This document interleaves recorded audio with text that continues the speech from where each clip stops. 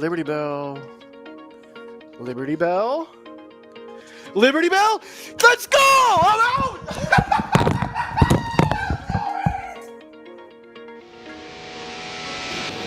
And here we go.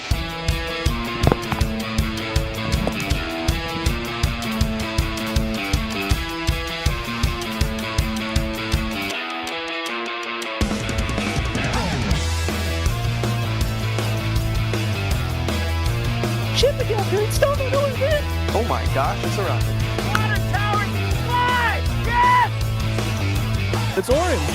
That is orange, Jack. Orange rocket good. It's orange. Hope that goes wee. 343 unfolds to go. We rise together, back to the moon and beyond. There's nothing to be igniting in the flare, correct? It just blew up. Oh Big fireballs. my God. Yikes. You bet. Sure. We don't need any more of these.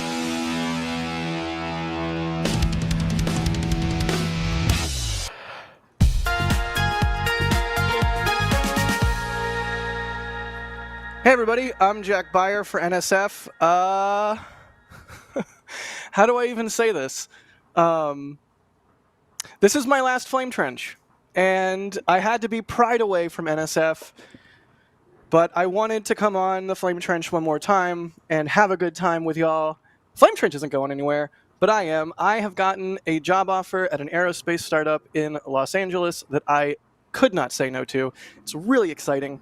So this will be my last flame trench. I never thought this day would come. I'm not going to disappear into the ether. I'm going to be around. In fact, I think you'll be seeing a lot of me in the coming days and weeks and months, and I will have more to announce in the near future. Chat, I see you're freaking out. Don't freak out. This is a good thing. I love NSF with all my heart. And NSF has been an absolute blessing to my entire life. The fact that I can fulfill my childhood dream of bringing joy to people's lives by joking around and making dumb jokes is it's more than I could have ever asked for. So that's the big news. I tweeted it. I said there's big news this week. That's the big news. I am leaving the NSF family. I had to be pried away. Honestly, NSF is an amazing place with an amazing team of people. And, it's a great place to come and shine and show what you're best at and do your best work. And perhaps, if you work really hard, you'll get a call and get an opportunity that you can't turn down. So, hit up Chris B, send your resumes in. It doesn't even matter if you're not just a shooter. We're always looking for more people. NSF is a fantastic group of people. I mean, I always say it, it's just the best place to work. So, if you have skills you think would be good to lend to NSF, you know how to get in touch. But yeah, I think that's I don't know. I had to just get that off my chest. Last flame trench for me. For now, I'll still be around, but yeah, that's the news. Competent cohort of co-hosts.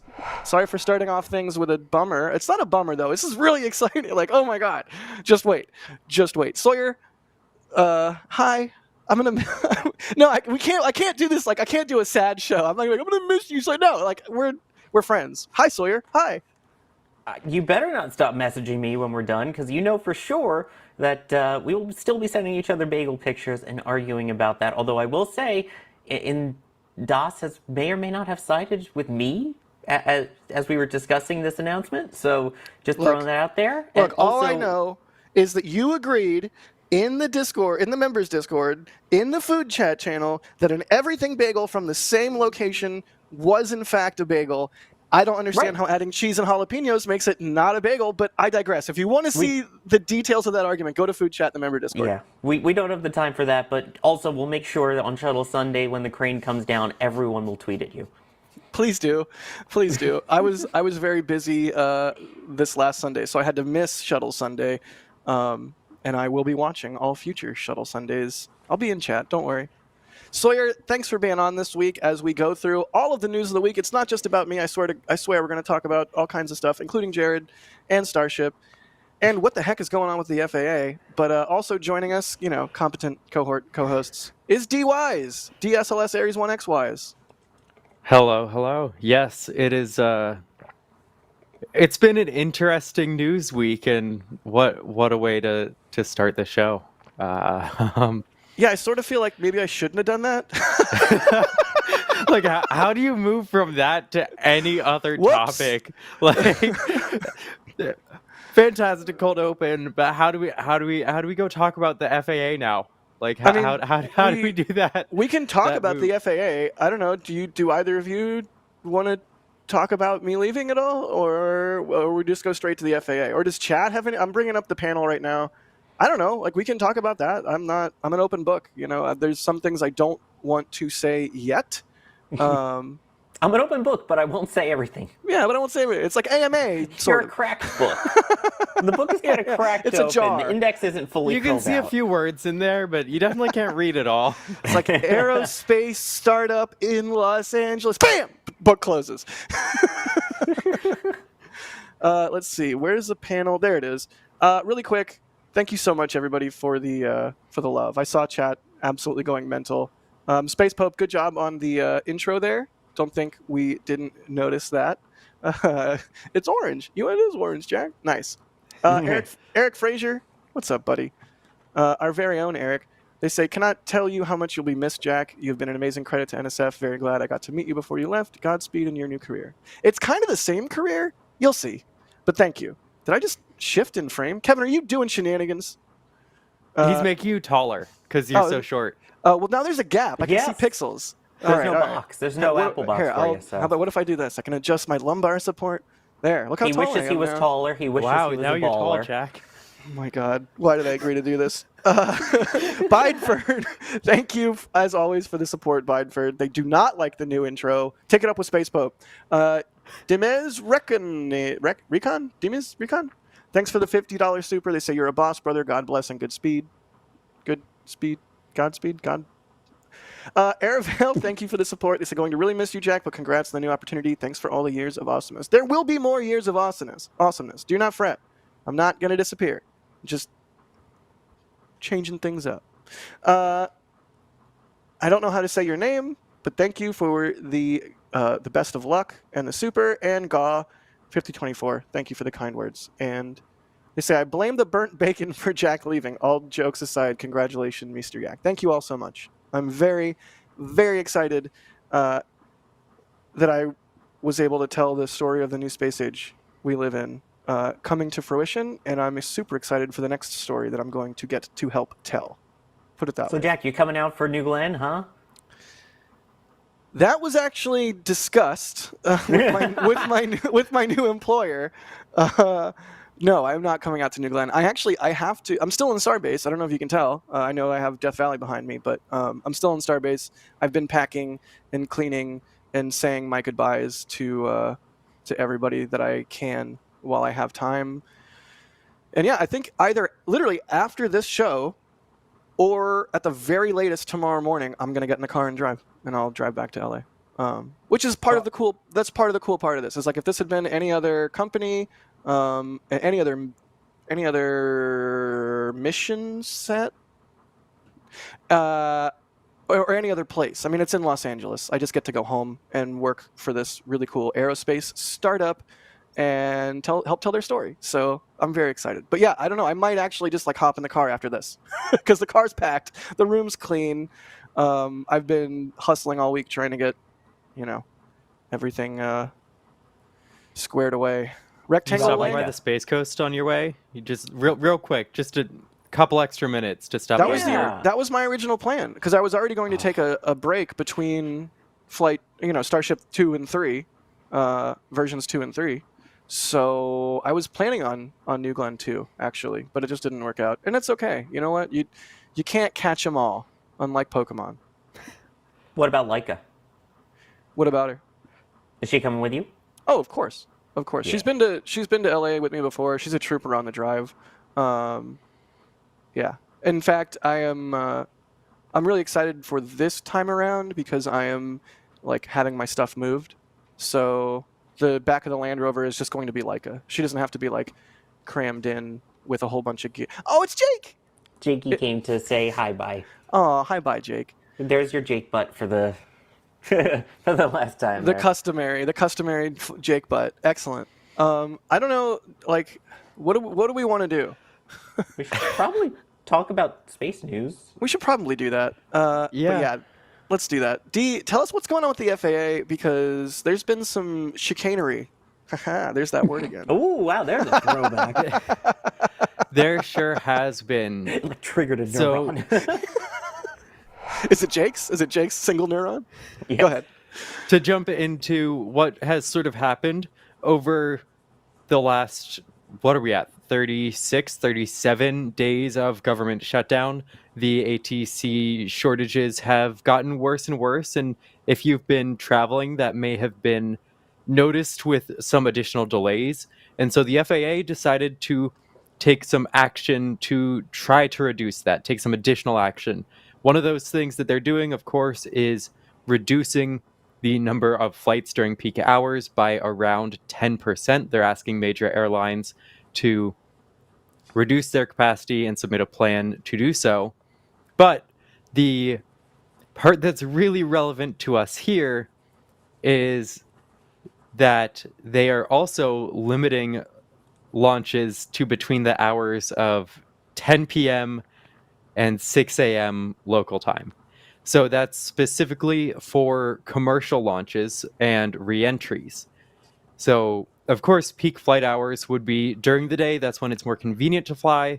And so it makes some sense to limit times and limit the number of planes that would have to be diverted due to rockets launching or re-entering. This also means potentially a lot of night launches coming up here, which I know we're all massive fans of late night launches. But we don't really have a ton of information.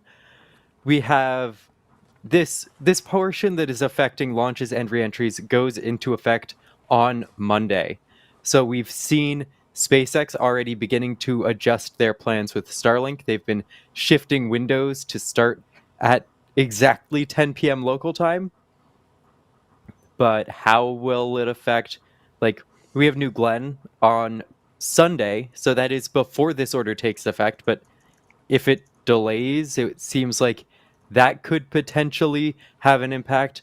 We've seen launch companies saying that they're working with the FAA and they agree with the safety goal of the FAA.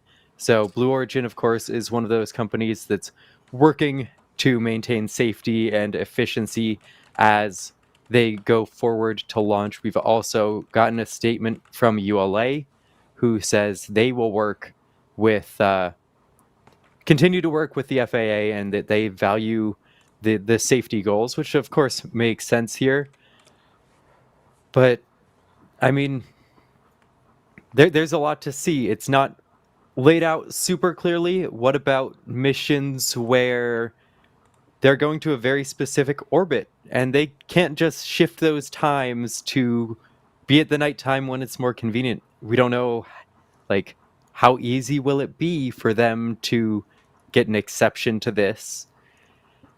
It's going to be interesting to see how this all starts to play out. I don't know.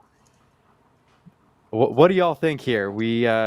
First off, We I have was a muted. lot of launches I upcoming. was muted when you said we all love super late night launches in your like dry monotone. I was muted and I was like, haha, no sarcasm, right? But I was muted, so Talking nobody- while muted. Yeah, so nobody heard me say that. But that's my first reaction. My second reaction is, gee, it would be nice if the hardworking people at air traffic control were paid and we didn't have this issue.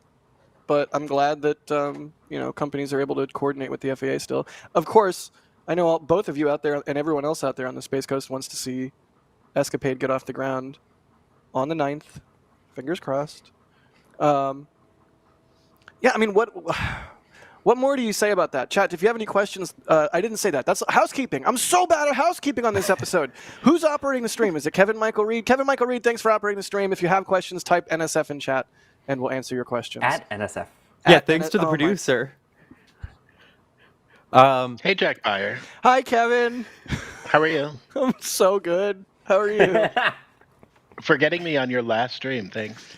This isn't It's my just last carrying stream. on the tradition. This is not my last stream.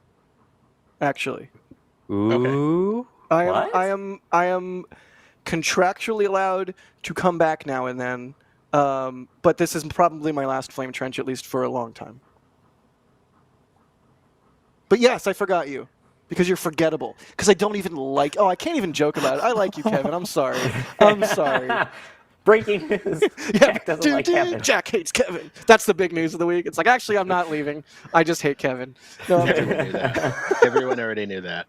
That's not true. We're the best of bros. And you know it.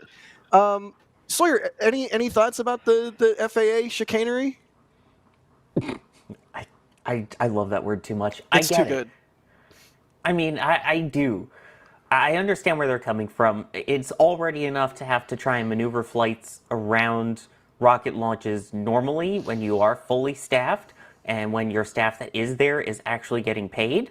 It's a whole nother thing when people are calling out sick, when people are unable to deal with such a stressful job Right. without the pay for it, and then having to, oh yeah, let's throw up a whole bunch of temporary flight restrictions that they have to fly all the way around in the middle of the busiest part of the day when they're also reducing many of the flights in the United States. Most carriers are cutting about 10% of their flights to accommodate.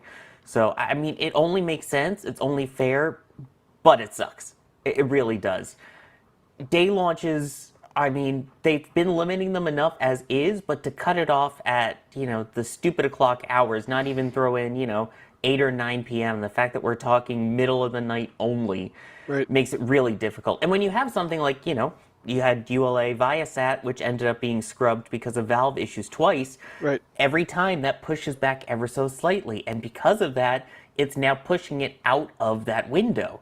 So it's like, at what point, do you then have to scrub an entire launch because their rocket had an issue and now their window is closing? What a wild situation to be in. I mean, if I was a general aviation pilot right now, or a commercial pilot, if I was any kind of pilot right now, anytime I was switching frequencies or establishing contact with a new center or just talking to any controllers, like, you're already going to be nice to controllers because they're controllers, but like, they're working without pay and they don't know when they're going to get paid.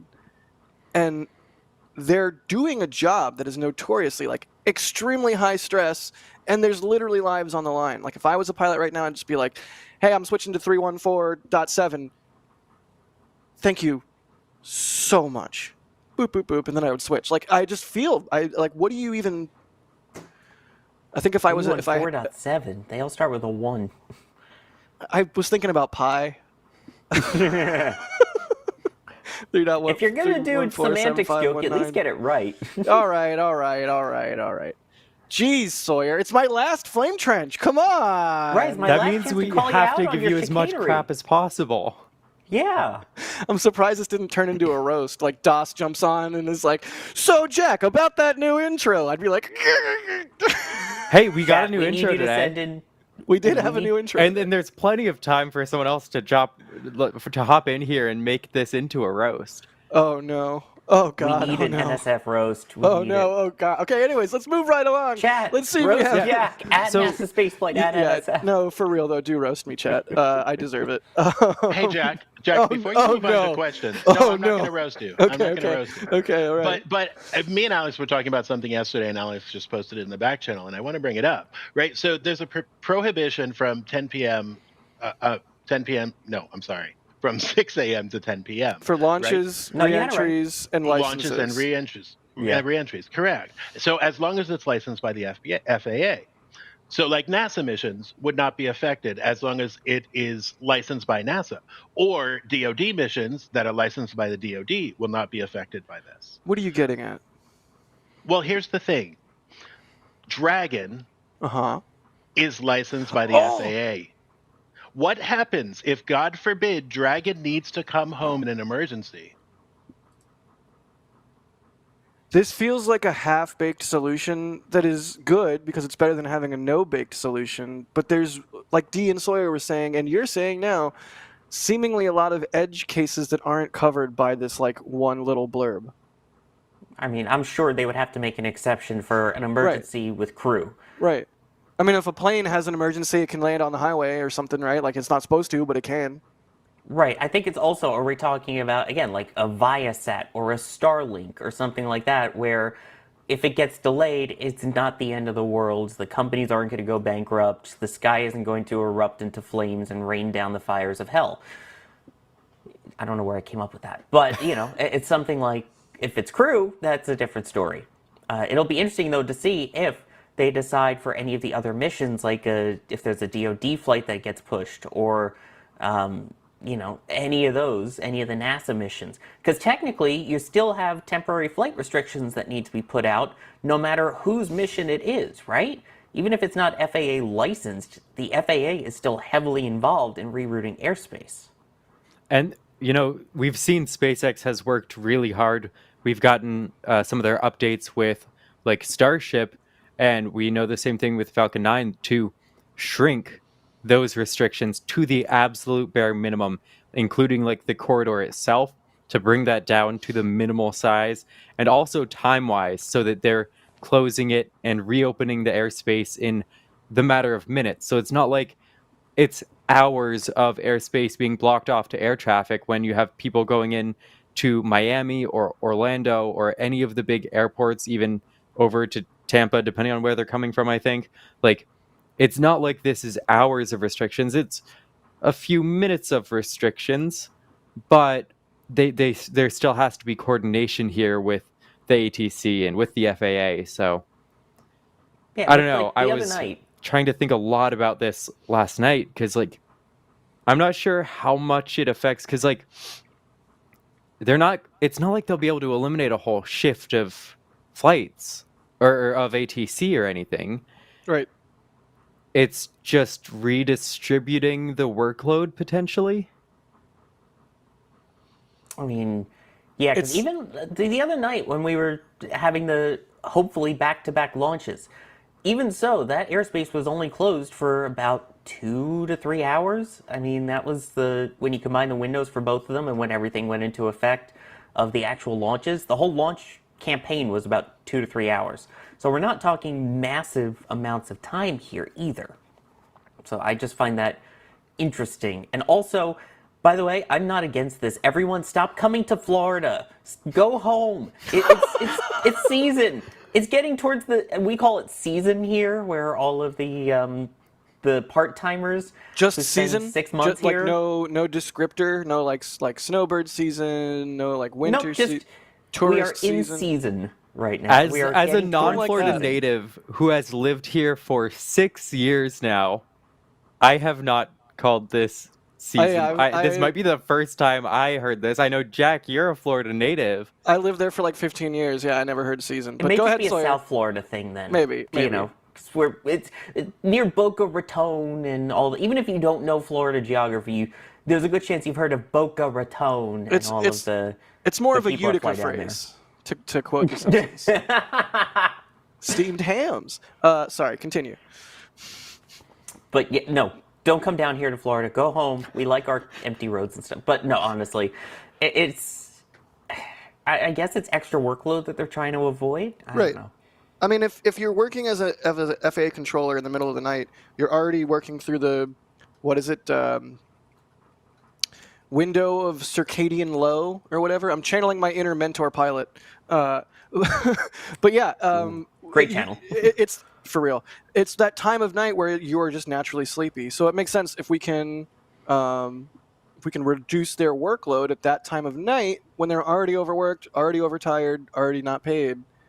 You know, even 10%, it makes a difference. If someone came to me and I was up to my eyeballs and not getting paid, and they said, "Hey, you got 10% less work, sorry," I'd be like, "Cool, thank you, I appreciate it. I'm still not getting paid, but at least, hey, I got 10% less work now." Like, that's meaningful. So that 10% is for like IFR flights for these commercial airlines. But on top of that, they're also making it so the ATC isn't obligated to perform some of the extra services and assistance that they provide, whether it's practice approaches for VFR pilots, helping organize VFR. For those who aren't familiar with the terminology, IFR is instrument flight rating and VFR is visual flight rating.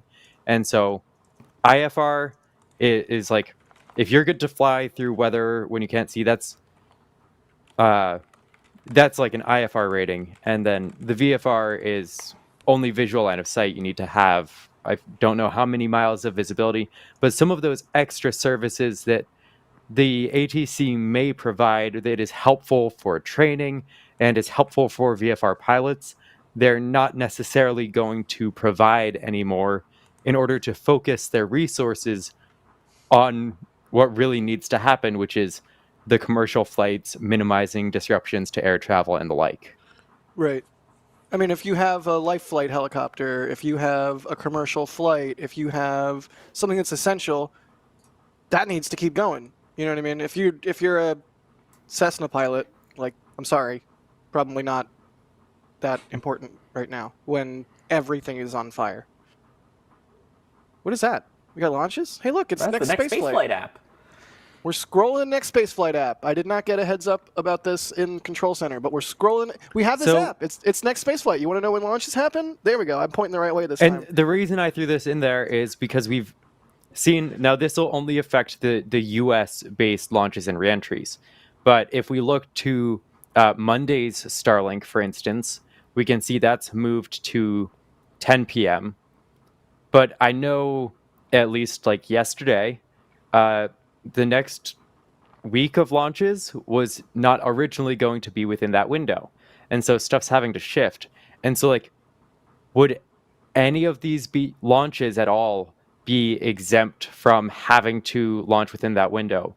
The one in particular that I'm interested in is, like, the transporter from the West Coast. Is that next Tuesday? I don't recall off the top of my head. I thought we had a transporter coming up here. Mm-hmm. Transporter 15, right? Yeah. Yeah, and so that is at 16:18 local time, and the window closes.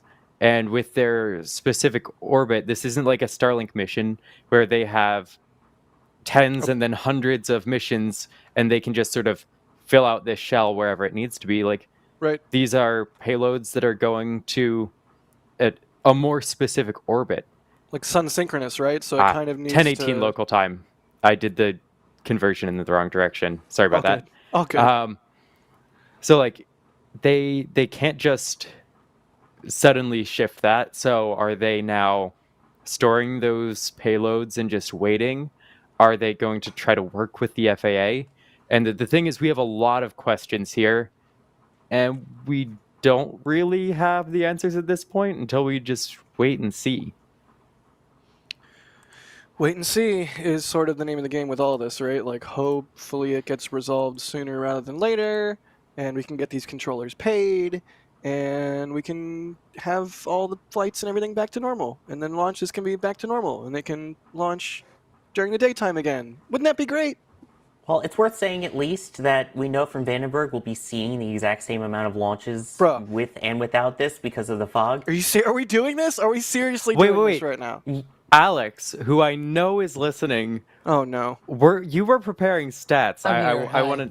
Oh, no. You're no, here. No. You were preparing some stats. No. Weren't you? No. We don't need to. We don't need to do this. No. Hey. So when else are we gonna do it? No, let me run some support. Hey, so important. Aramillo, thank you so much for the $2 super. Jack, can chat keep the beard? Yeah. If you super chat during this stream, I will cut off a lock of my beard and mail it to you personally. I will not actually do that. Don't. That's a promise. Excited. No, that wasn't. Darn. All right. Next super chat. Let's forget about Alex. Jack's just definitely not. So Alex on screen. They just cut out Jack. We have some stats, I think. Yes. You were working on visibility stats for the East Coast on top of... I actually didn't. Because you didn't? time. No. Well, there were breaking news yesterday night that I had to add to This Week in Spaceflight, releasing after the Flame Trench. ABP, always be plugging. Yes. But yeah, I was a little bit more busy yesterday night than I thought I would.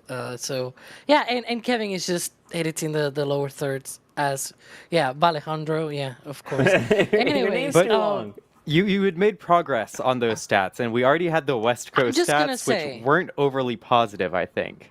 I'm just gonna say I did do a bit of help into a certain study about how cloudy or foggy Vandenberg launches are. And the results of that study, Hang the on, resu- hang on. Can I talk? Okay, so to Jack's credit, it is true that there are more visible launches than there are foggy launches. Okay. at Vandenberg, it's At visible Vandenberg. more often than it's foggy at Vandenberg. Vandenberg. Take that, everybody. No, so visible However- in general. However, when you compare that to the East Coast, you start crying, essentially. If you love the West Coast, you start crying. No, you don't. And so- No, you don't. No, you don't. Just- Because West Coast, West Coast. Because West Coast, West Coast. You don't start crying because West Coast, West Coast. Are you gonna cry today? Depends on if you make me. Okay. Well, maybe telling this story I may make you, because there was this whole thing of like a 1 to 4 metric of how cloudy or how foggy it was. And the funny thing is, at Vandenberg, there's like 20% are super foggy, another 20% it's like, there are clouds and you cannot see the launch or whatever. And then like 50 or 55% is clear visibility. So there's more clear visibility launches than foggy or cloudy launches. So yeah, to Jack's credit, that's a thing. So But on Vandenberg, the wait, East Coast- wait. Pause. I want to make sure that the audience understands the results of this very important scientific study. At Vandenberg, forget the East Coast. We're not talking about the stupid coast right now. At Vandenberg, it is clear more often than it is foggy. The rocket is visible 2/3 of the time. No, that's No, not no, really no. 50-50. It was about 50-50. And It was I 50 think- for visible, but if you tally in the ones where there's like a little bit of cloud, but you can see the rocket on the pad, it's No. 2/3. I It's think 2/3. Alex was being generous here and giving visibility to ones that were like barely visible. I don't Where if think- we I had that don't- on the East Coast, we would I don't agree we with would have been like, we So- can't I see agree it. with that. For the East Coast, Oh, here we go. this study was never finished because we started only with 39A launches. Okay, the thinking was we'll do 39A, Slick 40 just for SpaceX, and then we'll try out other folks launching from the East Coast as well. And so we started with 39A, and as we went through, it was like, okay, this is a 1. Full visibility, 1, 1, 1, 1, 2. Okay, a little bit of clouds. There was no 3s or 4 in this scale, essentially way foggy or completely invisible, except for 1, which was USSF 44, like 3 years ago, which was fogged out. And that was pretty much it. Like, we went through multiple launches, more than 100 launches, and there was just like 1 that was fully fogged out. Comparing that to Vandenberg, that's a lot better. Let's be honest. Yeah, Nobody- like we have nobody so ever many more said- launches. Nobody And- ever said that the East Coast is foggier. I just burped live on air. I want to die. Nobody ever said, There's always a last time for that. I give up. I give up. Is he crying? Do we get a gift? No, I'm All not right, crying. all right. No, not crying. See, not crying. Since he's so busy not crying there, I'll just say we have to go back years to find the one launch with bad visibility that is like a horror story for East Coasters that we talk about to this day. USSF 44. Yep, we all remember it. You say 44, and it's clear you're talking about USSF 44 or Well- NROL 44 a bit earlier, Yeah. which was the horrendous. The Hell Delta? Well, they're all Hell Deltas, let's be real. No, this was more hell than others. Fair. So many attempts. Whereas it is a coin toss to get a USSF 44 level launch in Vandenberg. Yep. Yeah, By the way, yeah. Jake Egan is saying fire him for that burping on air. It wouldn't be the first time. Well, it okay. will be the last. Well, Okay. it might not be. There's still time. Dang, what is going on? Is this an Alfred Hitchcock film in the booster?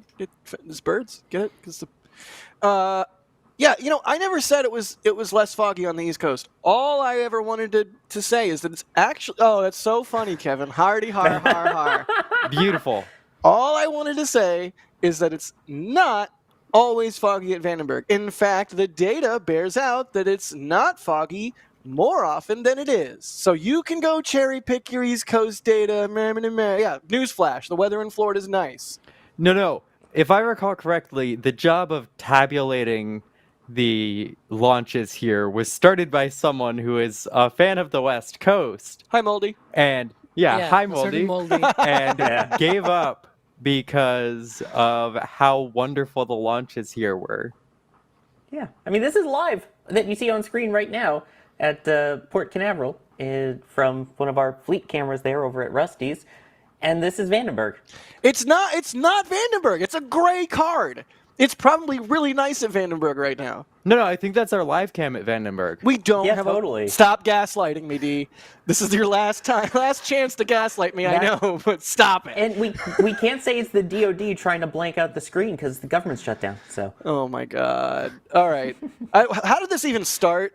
I don't even know there's- where we are anymore in the document. by the way, I- there's a poll right I now. don't Best even launch know. weather coast. Is it beautiful sunny Florida or foggy Vandy? It's the poll's biased. It calls it fog. Okay. All right. You know what? I'm gonna thank some people just as a palate cleanser because I'm so angry right now. It proved we proved it's less foggy than it's foggy in Vandenberg. How is that not the headline? No, nobody. Congrats, it's a coin toss to be able to see your rocket. Like, are you wanting congratulations here?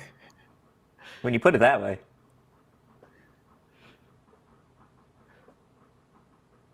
This is my last time for a bit being able to give Jack a headache, and I'm going to take every possible moment to furious. take advantage of it. I've been furious with you a lot, D. But I think I've never been more furious with you than I am right now, and I suspect that before the show is over, I will be even more furious with you because Look, you're you. It's either making you mad or, like, getting really sad.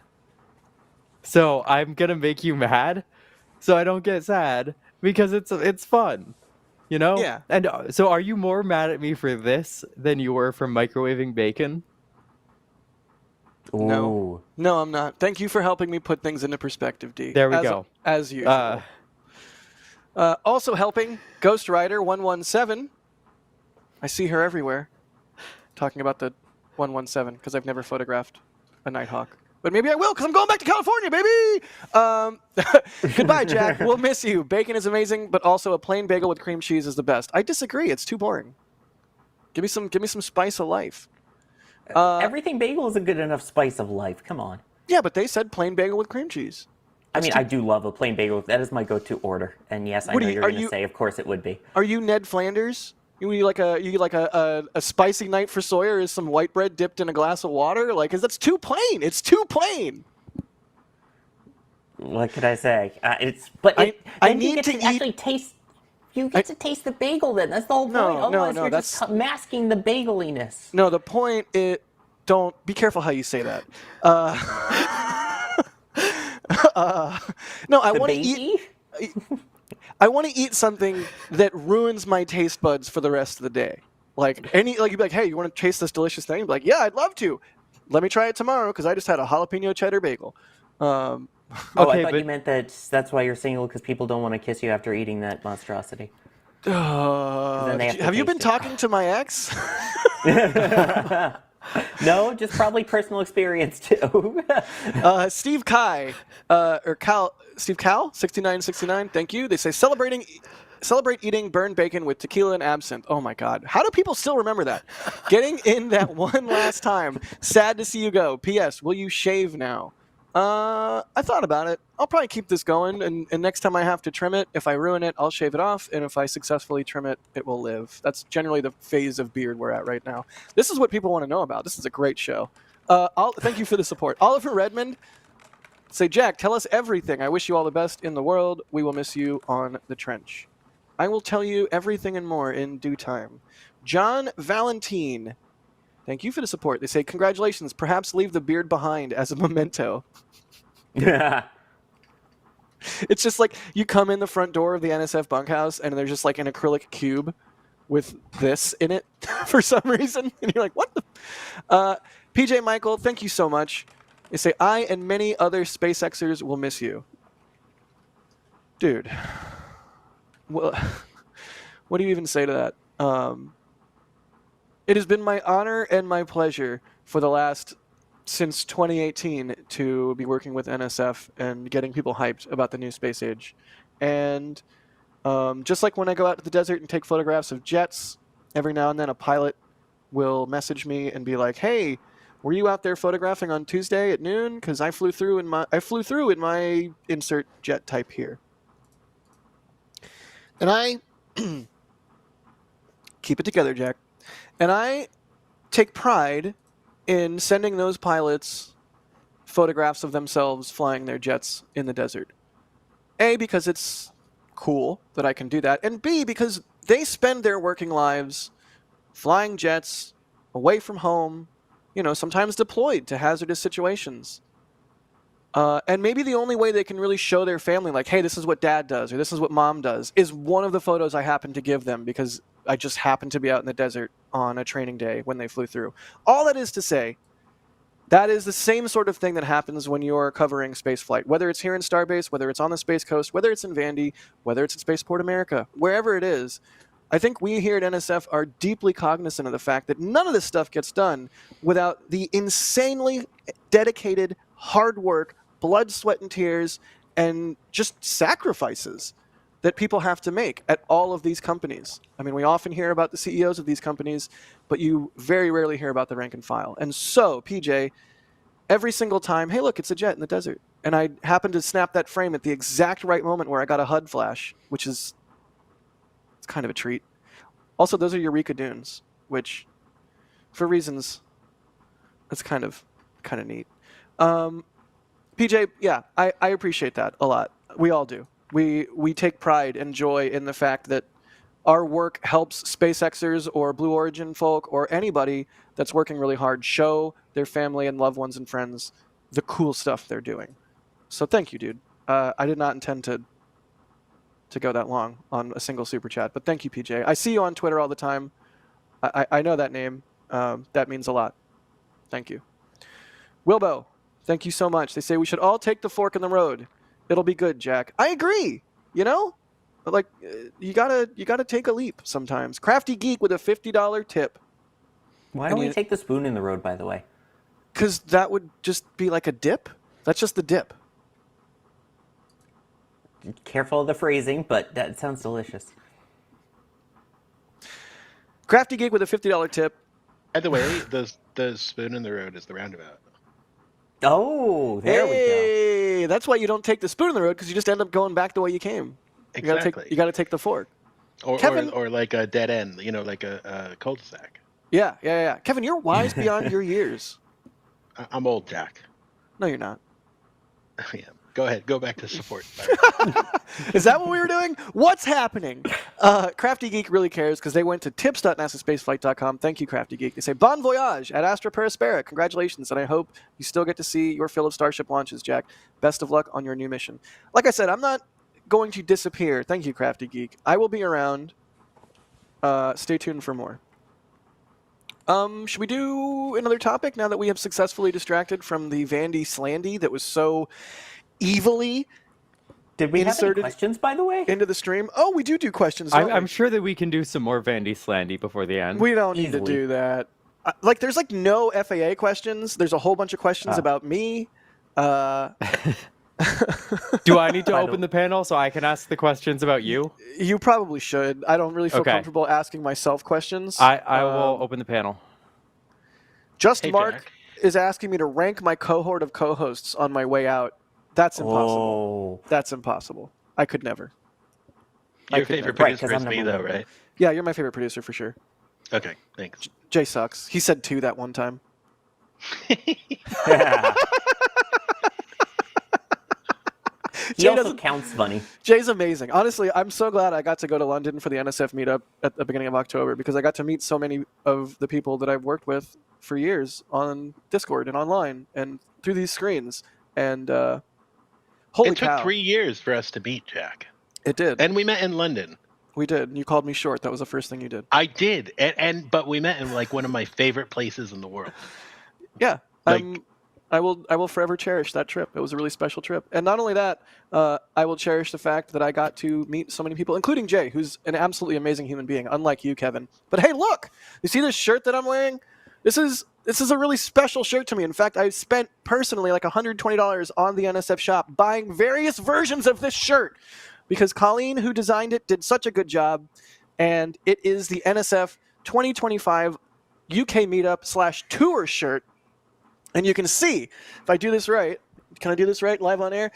It's like, I don't know, weirdly affirming to read the back of the shirt and see all of the places, all of the obscure remote locations that we've been able to bring you coverage from because of your support. This shirt, I wear this shirt and I feel like I'm wearing armor. I feel like I'm wearing like just full plate mail. Like I just feel good when I wear this shirt. A, it just looks cool. B, it's just a weirdly timed, appropriate reminder of all the awesome stuff that NSF has been able to do over the last 20 years. And just think, if you get this shirt and help us out, if you give us some super chats, if you hit the like button, doesn't have to be monetary, but if you keep supporting NSF, just think what the next 20 years holds. It's going to be awesome. I want to see this shirt, but the text is really, really, really, really small. But yeah, that's the NSF 20 years world tour shirt. I think it's awesome. It comes in a bunch of different styles. Also, I think the stickers, there's like stickers of this on the shop. All kinds of stuff. Check out the shop. Helps out NSF. Can't say it enough. We can't do what we do without your support. And it's worth noting that we've got the World Tour shirts, not just the UK Meetup stuff. This is World Tour general. Yeah, I'm wearing the UK Meetup variant, but the ones on the shop are World Tour, right? Mm-hmm. There you go. Yeah, I really want that. And yeah, for all the bands that are coming back, like Journey announcing they're touring, Rush announcing they're touring, NSF has been touring. Duh. Ooh, poster version too. Forgot about that. Oh, nice. I might actually have to get that for my new office. At undisclosed company name, it's going to be awesome. At Redacted Aerospace Startup in Los Angeles. But yeah, it comes in activewear too, if I'm not mistaken, which, if you're dealing with, I know we're coming into winter, but if you're dealing with warm temperatures, like we still are here in Starbase for some reason, activewear as well. So check it out, shop.nasaspaceflight.com. Helps us out so much. Well, helps you guys out. I'm out. I'm gone. All right. Speaking of you being gone, there are a couple questions. Go. More than a couple. Do your worst. Adrian is asking, now that you're leaving, who is going to burn the bacon? You. Next question. All right. Anthony wondering if the Land Rover will survive the journey to LA. Don't manifest that. Next question. Okay. Yeah, it'll be fun. I think. I hope. Who is going to feed the random road kitty steak now? Asks Randall Kelly. Also still me, but also you.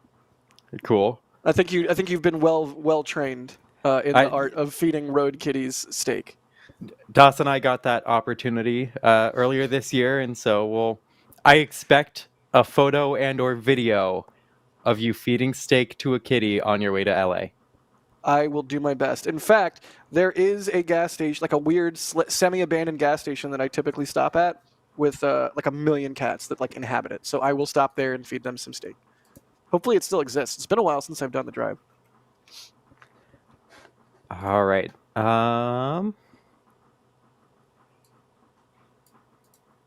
So Gabriel here is wondering sort of what your history was, college-wise, work-wise, how you got into NSF, and how that leads to your new job. And then if you want to stay vague, to just say up to this point, like what's your journey been like? I went to high school. I didn't know what I wanted to do. I decided I wanted to go to film school and make cartoons because I wanted to make people laugh, because laughter is the best medicine.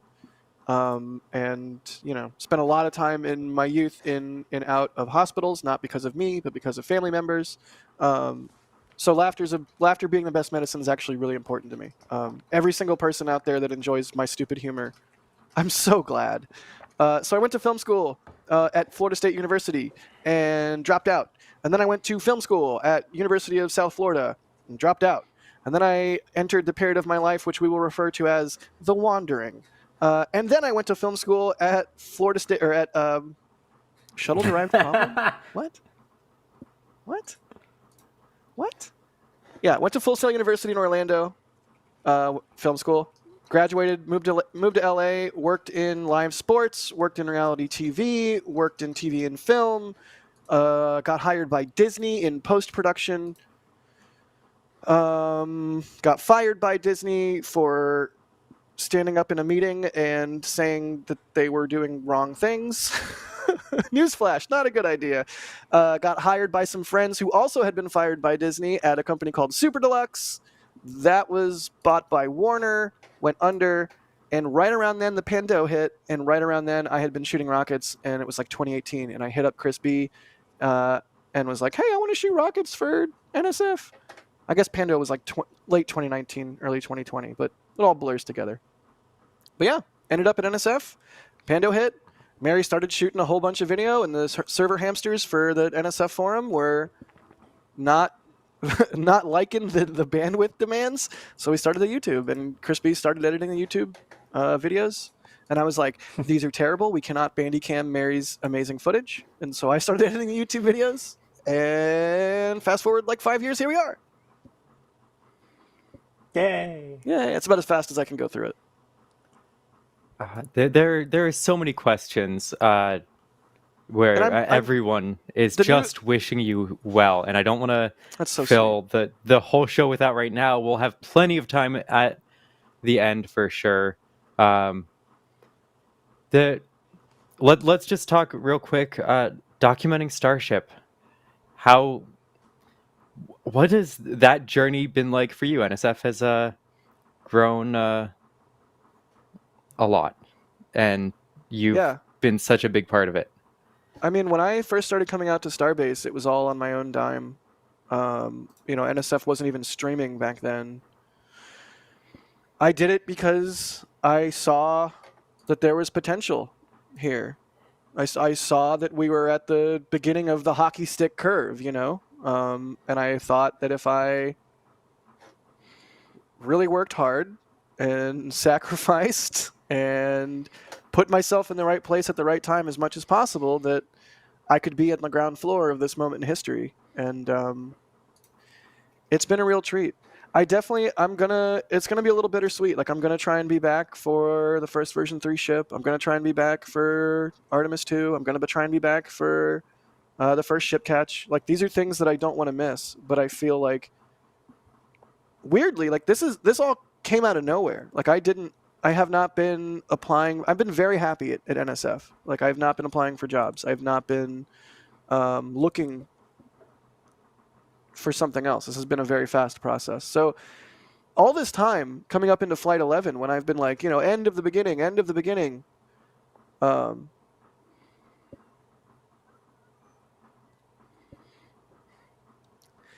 that was a useful framing for what the stream was and what Flight 11 was. But turns out I didn't even know it at the time. It was useful framing for where I'm at. So, I'm at the end of the beginning. There's so much more to come. And there's y'all, I cannot wait for you to hear where this story goes, the story of my life and the story of the new space age, because it's going some cool places. Yeah, it's a lot. I mean, the last week has been coming to terms with this and trying to really consider all of the ramifications of this decision, because it's not something I take lightly, because I do love this, and I do love all of you. It's wild to think I've only been working directly with you for coming up on 2 years.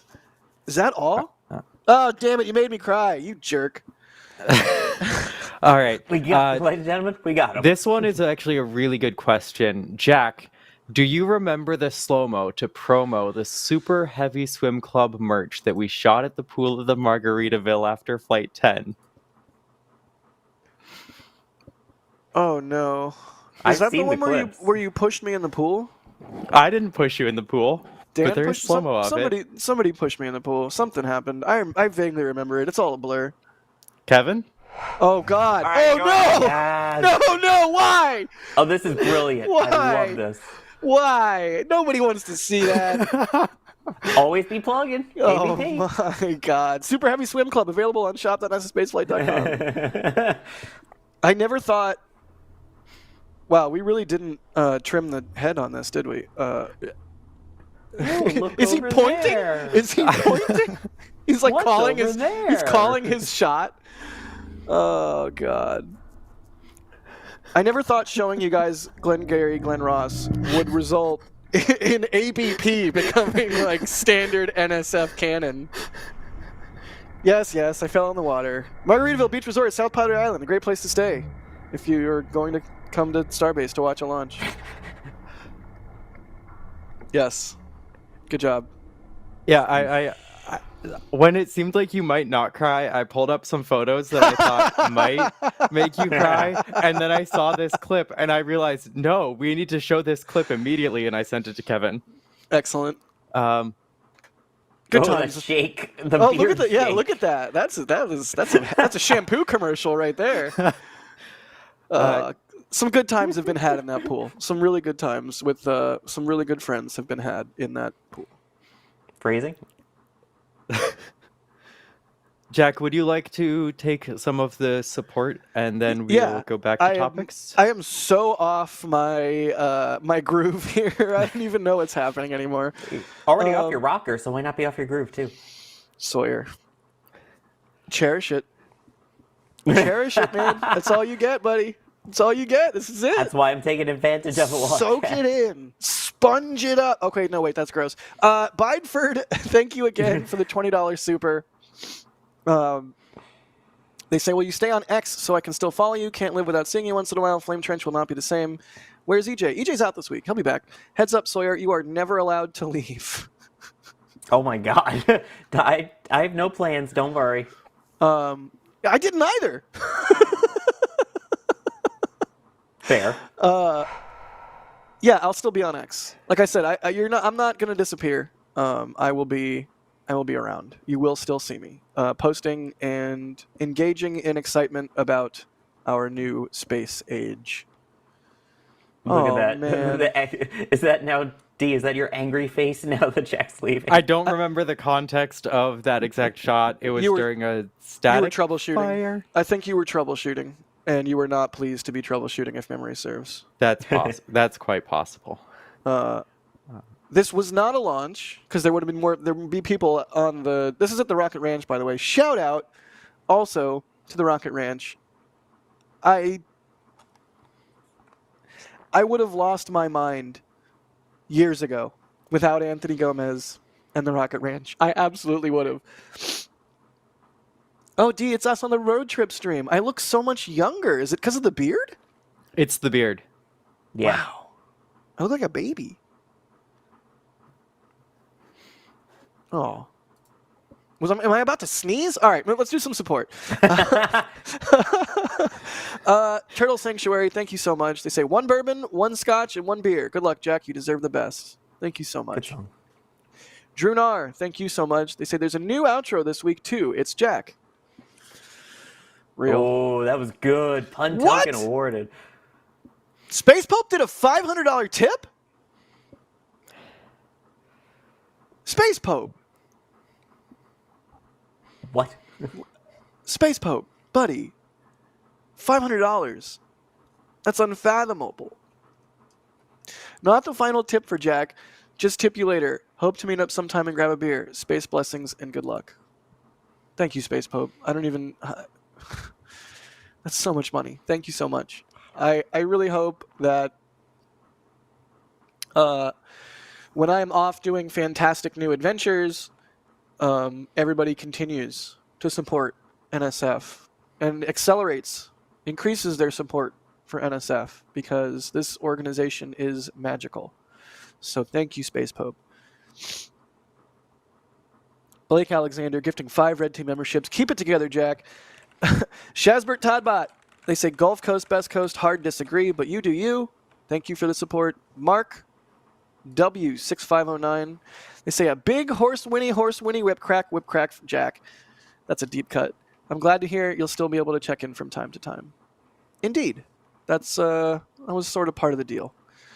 Bideford, thank you again. They say, listen up. More times than not, as I went on X to record launches, and more times than not, fog. All right. Yeah. All right. Averdale? Avery D sign video? Avery design? I'm so good at this. It's hard to read when there's tears in your eyes. Turns out. Cheese bagel with peppers for Jack. Thank you. DMHMT, thank you so much for the support. They say, thank you, Jack, and be well always. Excited for you. All right, I've cleared out the red supers. Oh, holy cow. Future Martian 97, $100 super. Bro. Really sad to see you go, but happy for the opportunity you got, Jack. You'll definitely be missed by many, and hopefully can pop in now and again. Godspeed, and don't burn any bacon at the new job. Yeah, Anthony, thanks, man. I'll be around. Don't fret. I'm not shutting down my socials or anything.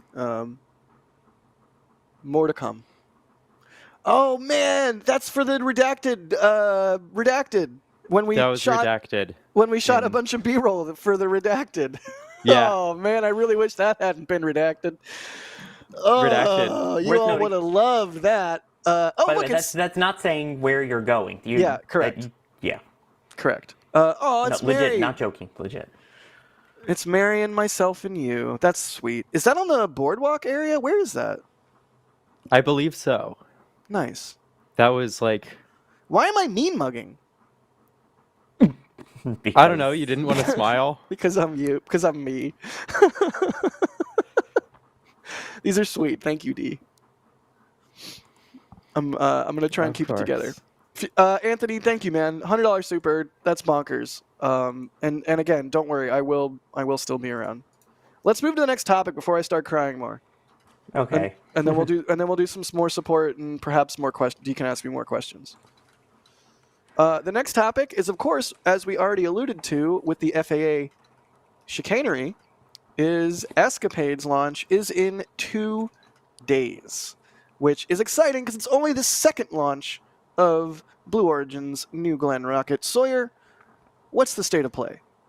It doesn't feel real. That's what's the state of play here, that it's only 2 days away. Buddy, my entire life for the last week does not feel real. I can identify with that sentiment, I assure you. Please continue. Before we do that, by the way, I just want to point out that we were just talking in the previous topic about, Transporter 15, of how that's going to work.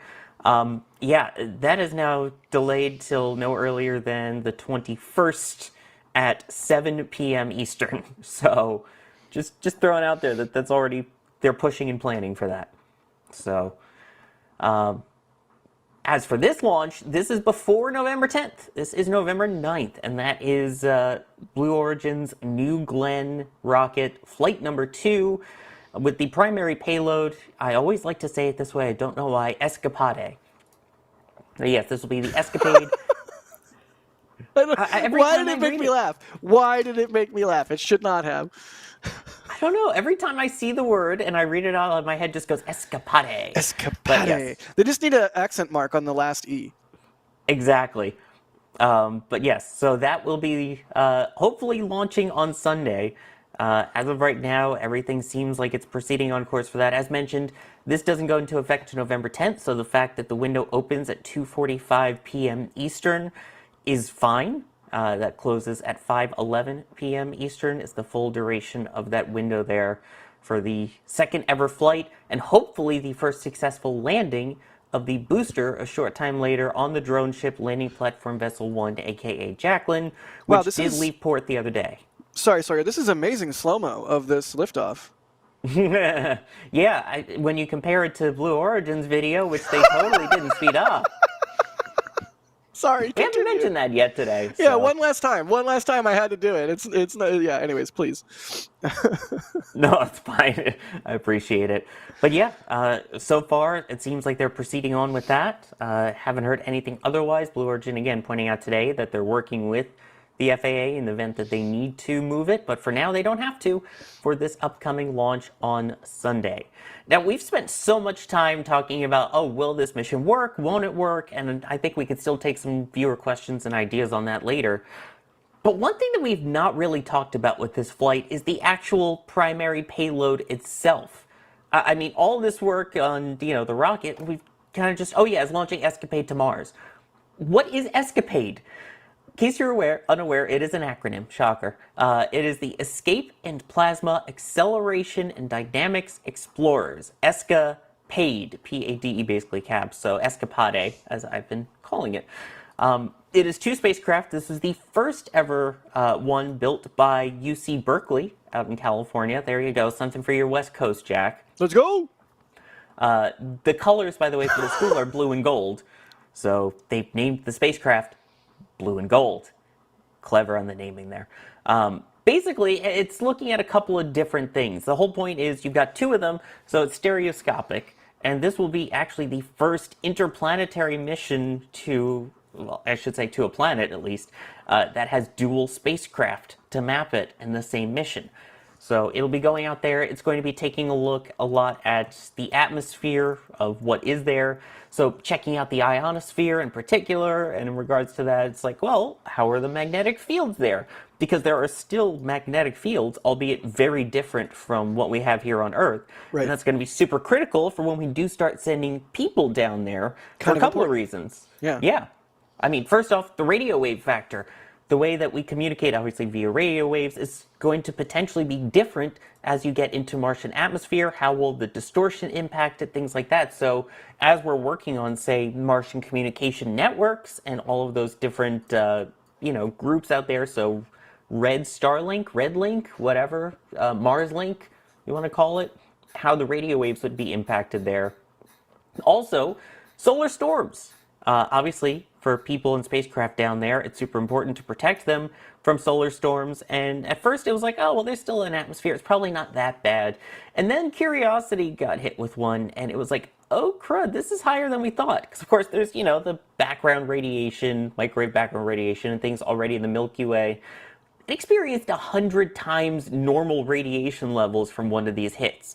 So can we better understand how these storms interact with the atmosphere? What impact will it have to the spacecraft that are on the surface, and eventually the mushy meat with bones on the surface when we get to that point? So all of this is just some of the science that they're going to be working on with these ESCAPADE missions. And also worth noting, while we're talking about the communication side of things, Viasat, who was unable to get their rocket off on Atlas because of the issues, does have their own payload on this called InRange. And so that is a telemetry relay service that they're working on as part of NASA's Communication Services project. Basically, as we're talking about studying how waves will be interacted in the atmosphere, how will communications networks be able to work as we try and find better ways to communicate? And then the other big thing, of course, is the fact that New Glenn is launching this into a brand new type of Martian trajectory. And they're really excited about this. I saw someone describe it as a kidney bean shaped orbit, and I kind of love it. So basically going out to one of the Lagrange points, and it's going to sort of do its thing out there, and then November of 2026, so about a year from now, that's when it'll come back around, and basically it's going to be doing an Earth gravity assist to make it out into the actual better 2-year window. And if this works, and if this proves out to be super viable, especially as we see New Glenn with the launch, and then hopefully, as you see there, landing on that drone ship, that's going to be awesome. The fact that we can launch spacecraft to Mars whenever, and just kind of let them hang out there. It opens up the Mars windows dramatically. And so then we kind of have a parade of spacecraft on their way at the same time, rather than having to wait every 2 years for that optimal window. We launch Mars stuff.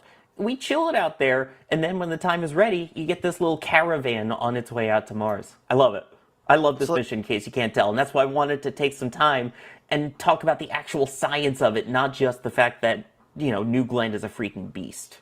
Yeah, I mean, more science, more better. I think we can all agree on that. Plus, more Martian science, more better, especially things, like you said, Sawyer, that will aid in human presence on Mars once we get to that point. Sorry for my Alex answer. I'm No. I'm psyched about this stuff, in case you can't tell. No, nothing to be sorry about. It's a Mars launch. Like, this is really, really cool stuff. I'm fixated on the kidney bean thing. I know. I love it. It's the perfect description. When you look at, the planned trajectory, I think it does kind of look kidney bean like, where it's going to be, lower down once it comes back, but otherwise that really extend it outward to the Lagrange point. And now I want chili for dinner. Also, you said it's like a parade of spacecraft heading out. It's like a escapade parade. Or if it's parade, yes. If it's escapade, then it needs to be a parade. Okay, you know what? I was iffy about Glenny and all of that, but I like where you're going with this. I almost wore my Karate.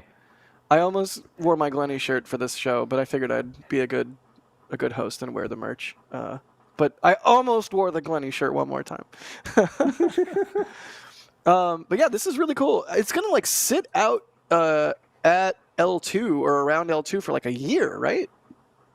Yeah, pretty much exactly a year. It's November of 2026 is when it's going to do that near-Earth flyby. And again, we talk about gravity assists all the time. This one's just going to hang out at Lagrange and then do an Earth gravity assist to get it on that optimal, 5 to 7 month trajectory towards Mars. And I just love the implications of this. The fact that, hey, we could just have like a waiting point. Like, I mean, we have a lot of people from the UK. Don't people from the UK love having a queue?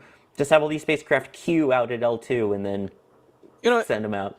It reminds me of, like the Conestoga, like the covered wagons heading out west. You wouldn't just have one wagon going by itself. You're going to have a whole wagon train so everyone can have everybody's backs. And I don't know. It's like 2025's Oregon Trail. No? Nobody? All right. Hey, do we have breaking news? As long as you don't die of dysentery. Or a snake bite. You don't want a snake bite in space. Do we have breaking news? Are we ready for breaking news? Kevin?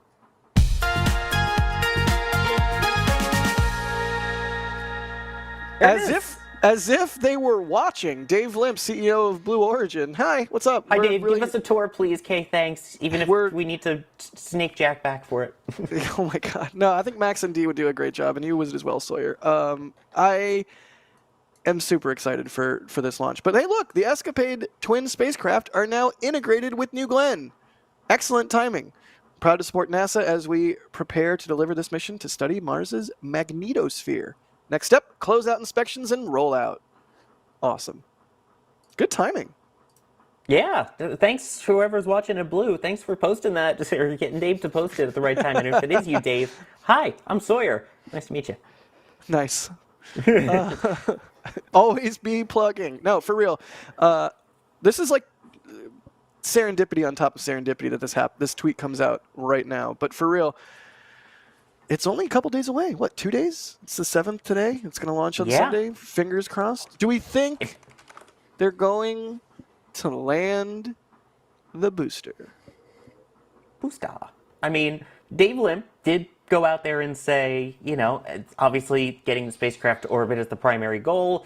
And if they don't land it on this one, they have other boosters that they're working on building right now. But I think this is absolutely mission critical. If they want to start being able to pick up the pace and do things, we saw how long it kind of took them to go from the first booster being ready to the second booster being ready. It was quite a while. It was almost a whole year, basically, between launches. So I think if they can have one that they bring back, refurbish, that's going to speed up things so much for 2026 and New Glenn. So I think landing on this one is going to be super critical. I'm sure they're aware of how critical that is. So I'm going to put it at 65% odds, which, fun fact, is the exact same as the current percent go weather-wise for the launch. Fingers crossed. There's going to be a deluge of awesome photography from New Glenn too, and I think that's, as much as I'm excited for new science and for New Glenn to get one step closer to partial reusability, the photos and the coverage from everybody out there. I'm going to be in like Arizona somewhere with my phone propped up, like listening to the stream, trying to make sure it's got good signal. So it's like up in the top of my car and I'm like listening, just like driving. And then I'll hop on Twitter and look at all your guys' amazing imagery. It's going to be sweet. I think Dee, Max, and I, and Jerry are all planning to be out there, I believe. So. Julia, what it'll about be fun. Julia? Is she busy? And or is she Julia, gonna I'm be so out there? sorry, Julia. Yes, absolutely. How dare you, Sawyer? Tisk, tisk. I'm not Yes. getting cookies this launch now, am I? You're not. No. She'll send them to me instead. Please. Hi, Julia. I like your cookies. They're fantastic. I think I does gave this amazing baking. booster like 80% chance of landing because I Okay. really want it to land. I was pretty confident last time around. I think I was giving it like a coin toss, 50%-ish. I really want this one to land. It's gonna land. It's gonna land. Jeremy Right. B82 in chat says less than 5% chance. Now that's way too pessimistic. James Wilson says 50-50. Event Dude says 65%. Chat, what do you think? Mighty Unlikely says 30%. Well, not quite an appropriate name. Mighty Unlikely. Yeah, It's yeah, Mighty right. Unlikely. Our own Thomas Hayden gives them a 75% chance. Yeah, I mean, 50-50 is like kind of a cop-out, but I'm not overly confident they'll land it, but I'm also not overly confident they won't. So I'm going to go 50-50. I know that's boring. There you Boring. go. 51-49. In which way? 51 landing. Okay. Is that less boring? Are you pleased now? It Are you is satiated? ever so slightly less boring. It gives us 1% the less. opportunity to say you were wrong by 2%. Yeah, you're 1% less wrong. Oh man, good stuff. Chat's chiming in with what they think. A lot of percentages over 50, like 67, 64, 70, 80, 84 Did you to really 86. just say it? I didn't mean to. Like 6, 7. Oh my god. I hate myself for doing that. Me too. Chuck is asking, I got here late. Why is Jack leaving? I got offered a job, and it's a really cool job, and I could not say no. Not that this isn't a cool job. This is an amazingly cool job, but this one is also really cool. It's really cool. Just wait. I'll say more soon. Let me do some support. How about? And then we can do some questies. Okay, sounds good. See, you fixated on the voice going up at the end of the sentence, but it made you completely miss the fact that I said questies. Oh no, I heard that part. I've just I'm only letting normalized it slide it. because I'm letting it slide today. Okay, all right. I think the ticker Brian? needs to be updated to questies. Ask us questies. Ask your questies at NASASpaceflight. Brian McDonough, thank you so much for the $10 super. They say, Jack, best of luck. You will be sorely missed with your commentary as well as the awesome photography and videos that you give us. Thank you so much. I will still be shooting, just not for NSF. I will be shooting for a company that is an aerospace startup in LA that is doing some very cool things. So you will still be seeing my imagery. Do not fret. Michael Oliver, thank you for the $50 super. My voice cracked. That's kind of weird. So long. Thanks for all the fish, Jack.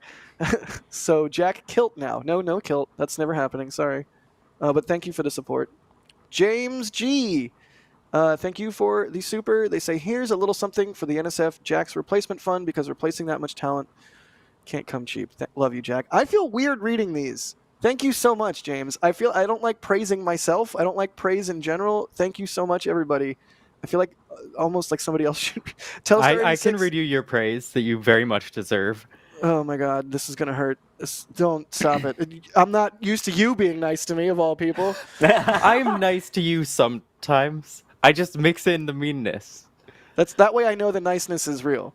Yeah, like if I weren't mean to you occasionally, would you know that I was actually being nice? Right. Telstar86, $5 or five Curly L super chat. Best of luck with your new job, Jack. Thanks for all the content and great photos from Starbase. Don't be a stranger. May the bacon be with you. And not burnt. And not burnt. D. Lucy has become a Capcom member. Thank you very much. That's awesome. You get Discord access at Capcom and above. So if you want to go into Discord into the food chat channel, I mean, there's rocket channels, there's all kinds of stuff, but there's a food chat channel. That's the important one because there you can see where Sawyer admitted that the bagel of choice that I like is actually a bagel. Not your bagel of choice, the bagel that you selected that day. It's literally the same bagel. It's the same bagel. It's an everything bagel. No, it's not. That's an They're everything both everything bagel. bagels. They're It's both not everything a jalapeno bagels. cheese, crud, whatever bagel. It's jalapeno cheddar everything, or everything. If the everything bagel is a bagel by your own admission, how does putting cheddar and jalapeno on it suddenly turn it into not a bagel, Sawyer? It doesn't make sense. Because it doesn't make sense. You're adding all. That's when it becomes artisanal bread, not a bagel. We talked about this in the food chat channel, which all right. Lucy can see because they just became. Okay, go ahead. Jack, I don't think you can argue just because you're adding something additional to the same thing. Like, you can add something to a certain dish and have it suddenly become another dish by that addition. You Sawyer's add bread. Point, you Sawyer's have bread. Point, you add toppings. That's not bread anymore. That's a sandwich. Yes. Sawyer's point is that when you add the cheddar and jalapenos, it becomes artisanal bread.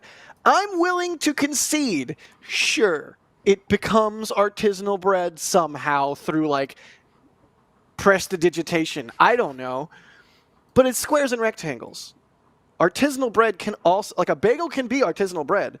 Artisanal bread cannot be a bagel. It's squares and rectangles. So yes, sure, Sawyer, you add the jalapenos and cheddar, it becomes artisanal bread. But you know what? It's still a bagel. You admitted it's artisanal bread at least. That's a start. Yeah, and you admitted it's a bagel. Can we put All right, this tribalism more to bed? support here. Wait, wait. This could be a historic moment. Kevin, Okay, let's go to two okay. box. Sawyer, the country of Jacklandia proposes a tribalism truce in that we agree that a everything jalapeno cheddar bagel is both a bagel. You don't have to agree that you want to eat it, but you have to agree that it's a bagel, and I agree that it's artisanal bread. Do you agree? Wait, here we go. Shake my hand. Do you agree? I'm thinking on it. It's a historic also trying moment. to figure out which hand is which. This is détente. I mean, it is artisanal bread, that is for sure. It's also a bagel. If the everything bagel's a bagel. Chat so doesn't care right now. Sorry, chat. Jack, Shake my hand. do you know Yes! anything about cooking, Jack? Anything? Oh my God, stop it. So The once one you've time. added the burnt pieces on there, you've got the burnt carbonization. Does that make it artisanal bacon? We just had a historic moment on this stream. Sawyer and I had détente when it comes to bagel types, and nobody cares. All you care about is roasting me about. That's burnt bacon. Yeah, point the right way, loser. Right, we're not roasting you. You roasted the bacon already. Yeah. You started the roasting here with that bacon, and we're just continuing it. Bideford, thanks for the $10 super. They're asking, will your photos stay on NSF to purchase? Yeah, probably. Ship 36 just blew up. Yeah, there you go. Oh my God. A2OTA. You just had to get it in. I had to. Becoming a Pad Rat member. Thank you. Marcus House. Marcus, what's up, buddy? They say, heart to you, Jack. Can't wait to see the next adventure, mate, with a 50 Australian dollar dues. Dude, thank you so much, man. I'm so excited to share more. I'm so excited. Just wait. Just wait. I'd rather be flying an X-Wing. $20 tip. Thanks so much. They say, Jack, tireless work ethic, unbridled joy, and a keen photographer's eye. NSF would not be NSF without you. I hope your life always trends up. Love, respect, and West Coast, Best Coast. Thank you. That is very sweet of you. I'm trying very hard not to cry. What is the cry counter at? 2 or 3? Just pop it in the corner of the screen. I'm not crying. There's no tears exiting my eye holes. Rick, RC Horse, what's up, Rick? I'm trying so hard to keep it together. $100 tip. Oh, my God. I wish you the best in your new adventures. You are the reason I'm the reason? Me? Bruh. Get a better reason. Seriously, There it dude, is. thank you. Thank you. James G, they say, excuse me, you didn't say SpaceX was planning to install a new water deluge system in my eyes. Aw. Mary, thank you for the support. They say the flame trench won't be the same. Looks like they grabbed a shirt from the shop. Is there And a really a cry cry counter? Are you serious? Absolutely. Thank you, Kevin. Well, someone in the back channel specifically said, I.will.not.cry.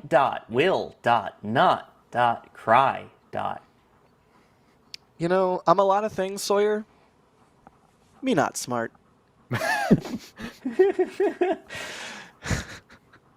Should we talk about our next topic? I don't know if I can... Were there any other New Glenn questions, or? Oh, New Glenn questions. A lot of people get coming in with their percentages. Ninja Gaiden wants to know if Jacqueline has water deluge on the deck like some of SpaceX's drone ships do. Do we know that? Don't know if it does. I mean, again, when they posted that video from on top of the deck of the drone, I don't recall seeing any. It is cool, though, that they have the individual grabbers that are going to go out there and grab onto it once it lands. So it's not like the big octograbber single thing. It's these, if I recall, 6 different little robots that are going to rove on out and be attached before the crews actually get on board and do stuff with it. They're cool. They're orange. It's cool. They're orange. It's orange, yes. So yeah, they have their own method of then getting it onto the deck, securing it. I'm sure they'll have some kind of deluge or something for after to deal with any potential flames that might be remaining. But also worth noting, again, this is a whole different kind of ball of wax when it comes to landing, because it's actually not a ball of wax, it's a ball of methane. This is the methane vehicle landing. All of the ones that we've seen land on drone ships before are kerosene-based. So we'll have to see what the effects are in the drone ship of a Keralox versus Methalox flame. Yeah, that'll actually be really interesting to find out how that goes. Jacqueline, it's gonna be so cool. I'm so excited for all of you on the Space Coast to see that thing coming in with a new Glenn on it for the first time. Oh, And it's I'm gonna so and it's gonna and it's gonna be like scarred, from the heat of that's gonna be a big day.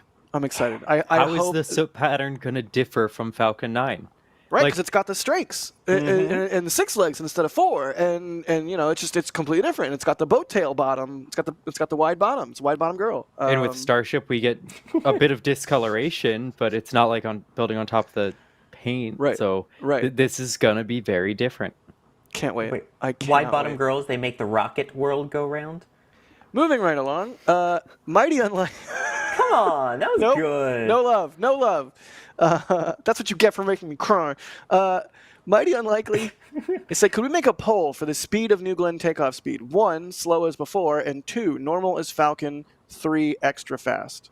Do we think that New Glenn 2 will lift off as slowly as New Glenn 1, and Blue Origin will have to speed up the footage to make it look how they want it? I think we'll be between 1 and 2. I think it'll be slightly faster than the last one, potentially. No way it lifts off as fast as Falcon. This is a massive, massive rocket. Yeah. With very I little think it'll be payload on between top. those two. Cool. Sawyer, what do you think? We're seeing some video of the ESCAPADE satellites. Did they really use FedEx? Yes, they did. They actually That's- delivered it by FedEx. That's hilarious. I mean, I think we're going to see probably closer to Saturn V speeds, because in terms of thrust-to-weight ratio, I have a feeling they're going to fine-tune it so that they're able to get that thrust-to-weight ratio above 1 a lot faster.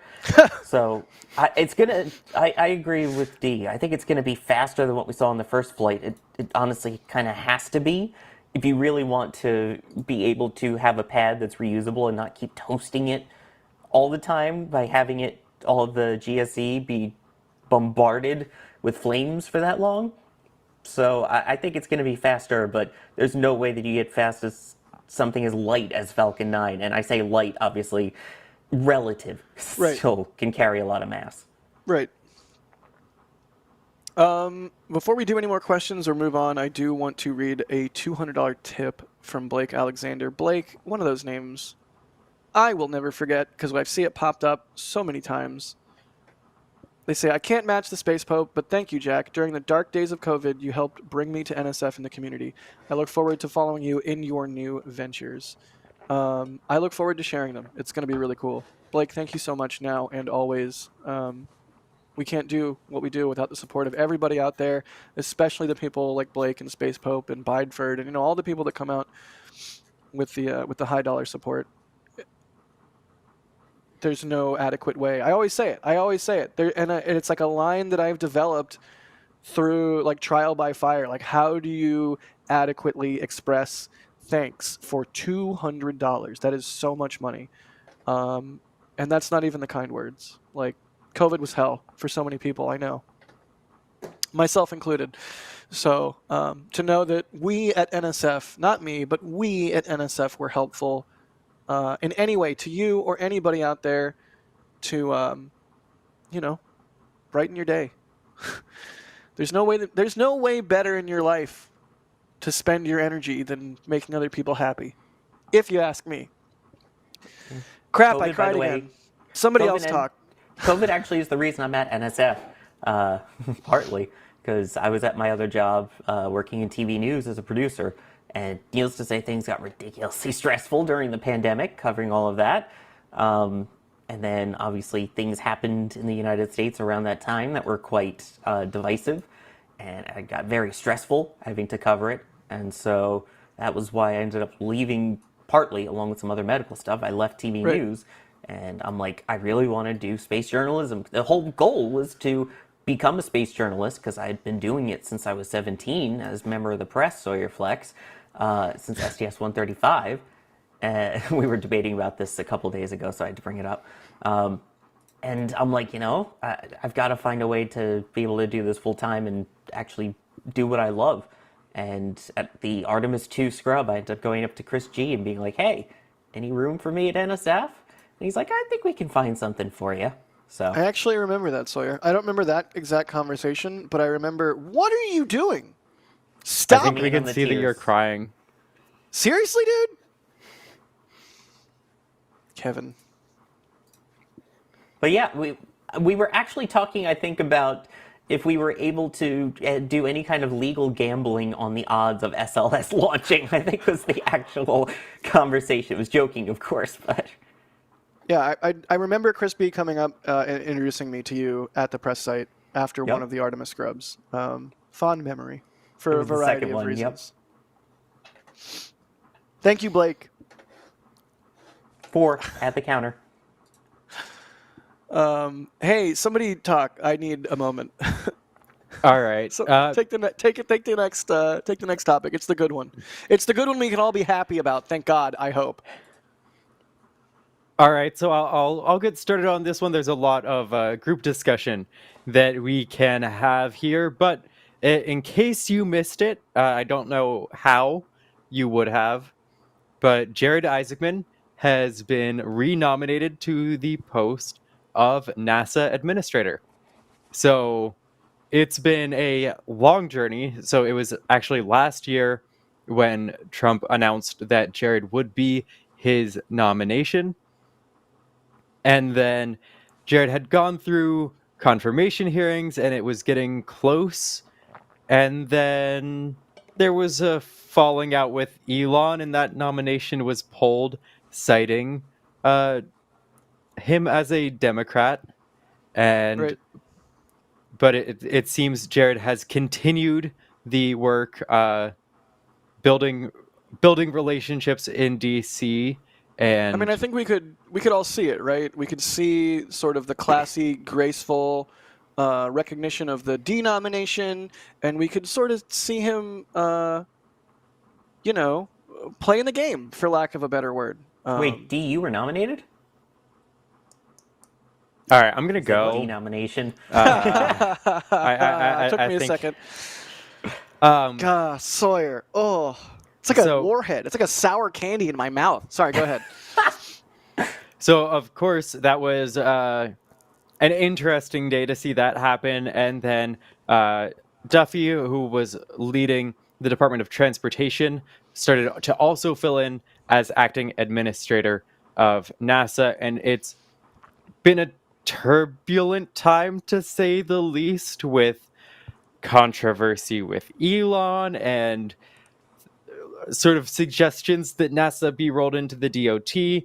But this week we got the word publicly that Jared has been nominated to the post once again.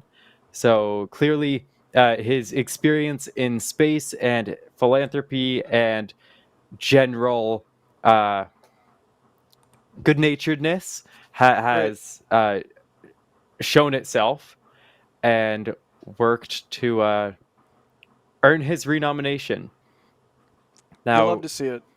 yes, it's great. So there is the post saying Sean Duffy has done an incredible job as interim administrator of the National Aeronautics and Space Administration.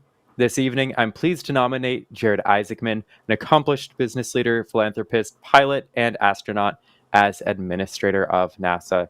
And he continues citing Jared's passion for space and pushing the boundaries of exploration in there.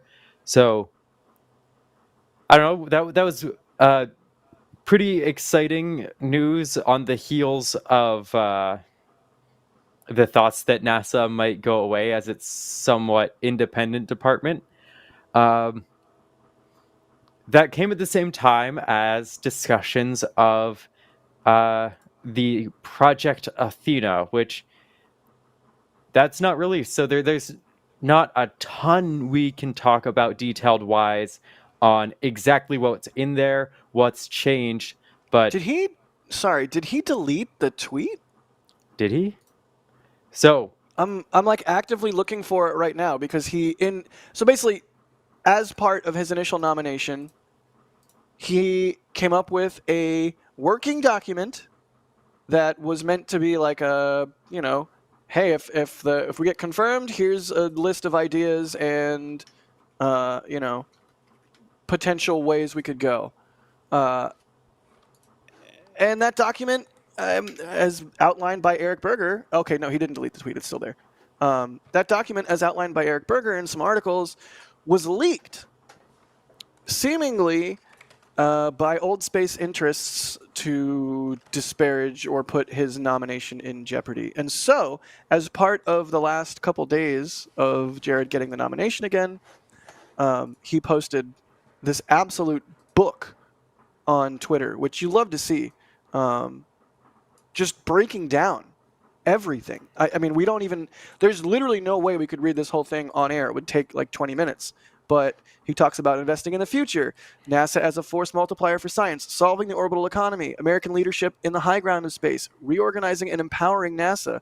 It's just like, it's everything I think that we all are hoping for NASA. And it dispels a lot of the fear, uncertainty, and doubt that was sort of being sprinkled around, right? Like, oh, Jared's going to shut down science or this or that. And this very concise, very clear post from Jared just lays down everything. Like, the document was only meant to be an initial guide.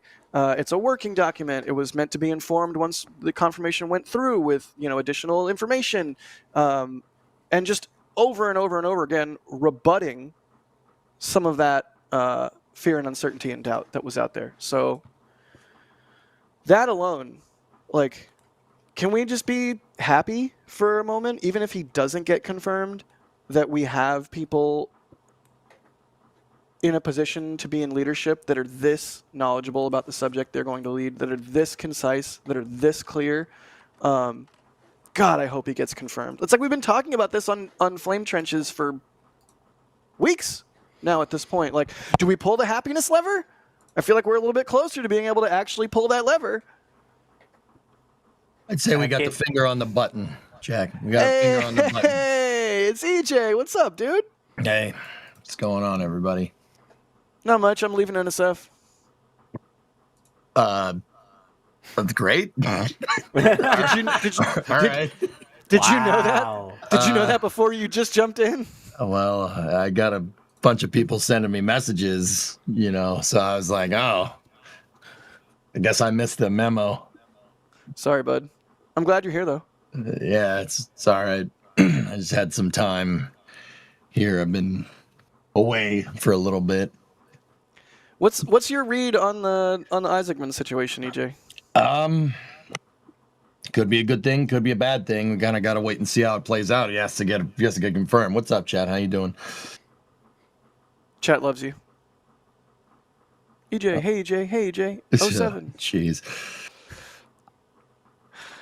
But yeah, I'm cautiously optimistic that he'll get confirmed. I really hope he'll get confirmed because NASA's been without leadership for like a year now. I mean, yeah, they had Duffy, but interim. What, you don't like him? No, it's not that I don't like him. It's that interim. It's interim, dude. I want somebody that has NASA as their sole and main focus. I want somebody that doesn't have two jobs and doesn't have to wear multiple hats. You know what I mean? And I want somebody, ideally, who understands the overview effect, who has been to space and who knows, A, we have to be very careful anytime we're sending crews into space because those are human lives on the line. And B, we have to get our heads out of our butts. I mean, I'm sorry. I hate to put it so crassly, but like the time for that was like a decade ago, and we still haven't done it. And for the love of God, can we please get a NASA admin that understands that needs to happen? Yeah, Jack, that'd be great. I was trying to see if EJ was saying anything else. No, I think Rook, if he gets in there, he'll do good stuff, man, for sure. Oh, good deal. Are you hanging out, dude, or are you just like popping in like peanut gallery? I got some time, but I have to jet out in a little bit. Yeah, I don't want to make this about me. I've not had a good week. Dude, why? I'm sorry. We don't have to make it about you. I mean, I'm like trying really hard to not make it about me. So No. This is your flame trench, buddy. No. I'll tell you guys after. All right. We do a post show and a pre-show for members.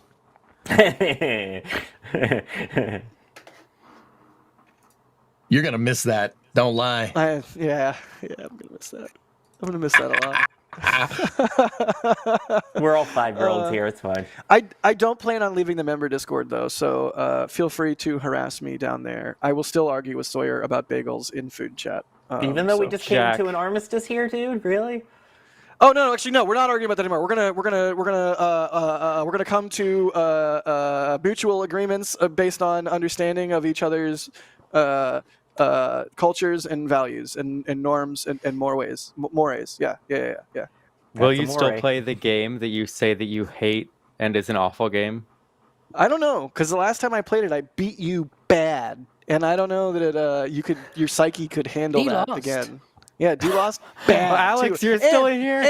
Hey, Alex. And I would like to say, not only did D lose bad, but I wasn't even trying. I wasn't even paying attention. Oh, you're gonna claim that now? At the beginning of the game, D was like, "Oh, you got to learn how to make decisions fast because we set the timer fast." And I was like, "Yeah, click," and I won. So I don't know. I don't know if your psyche can take me beating you again, D.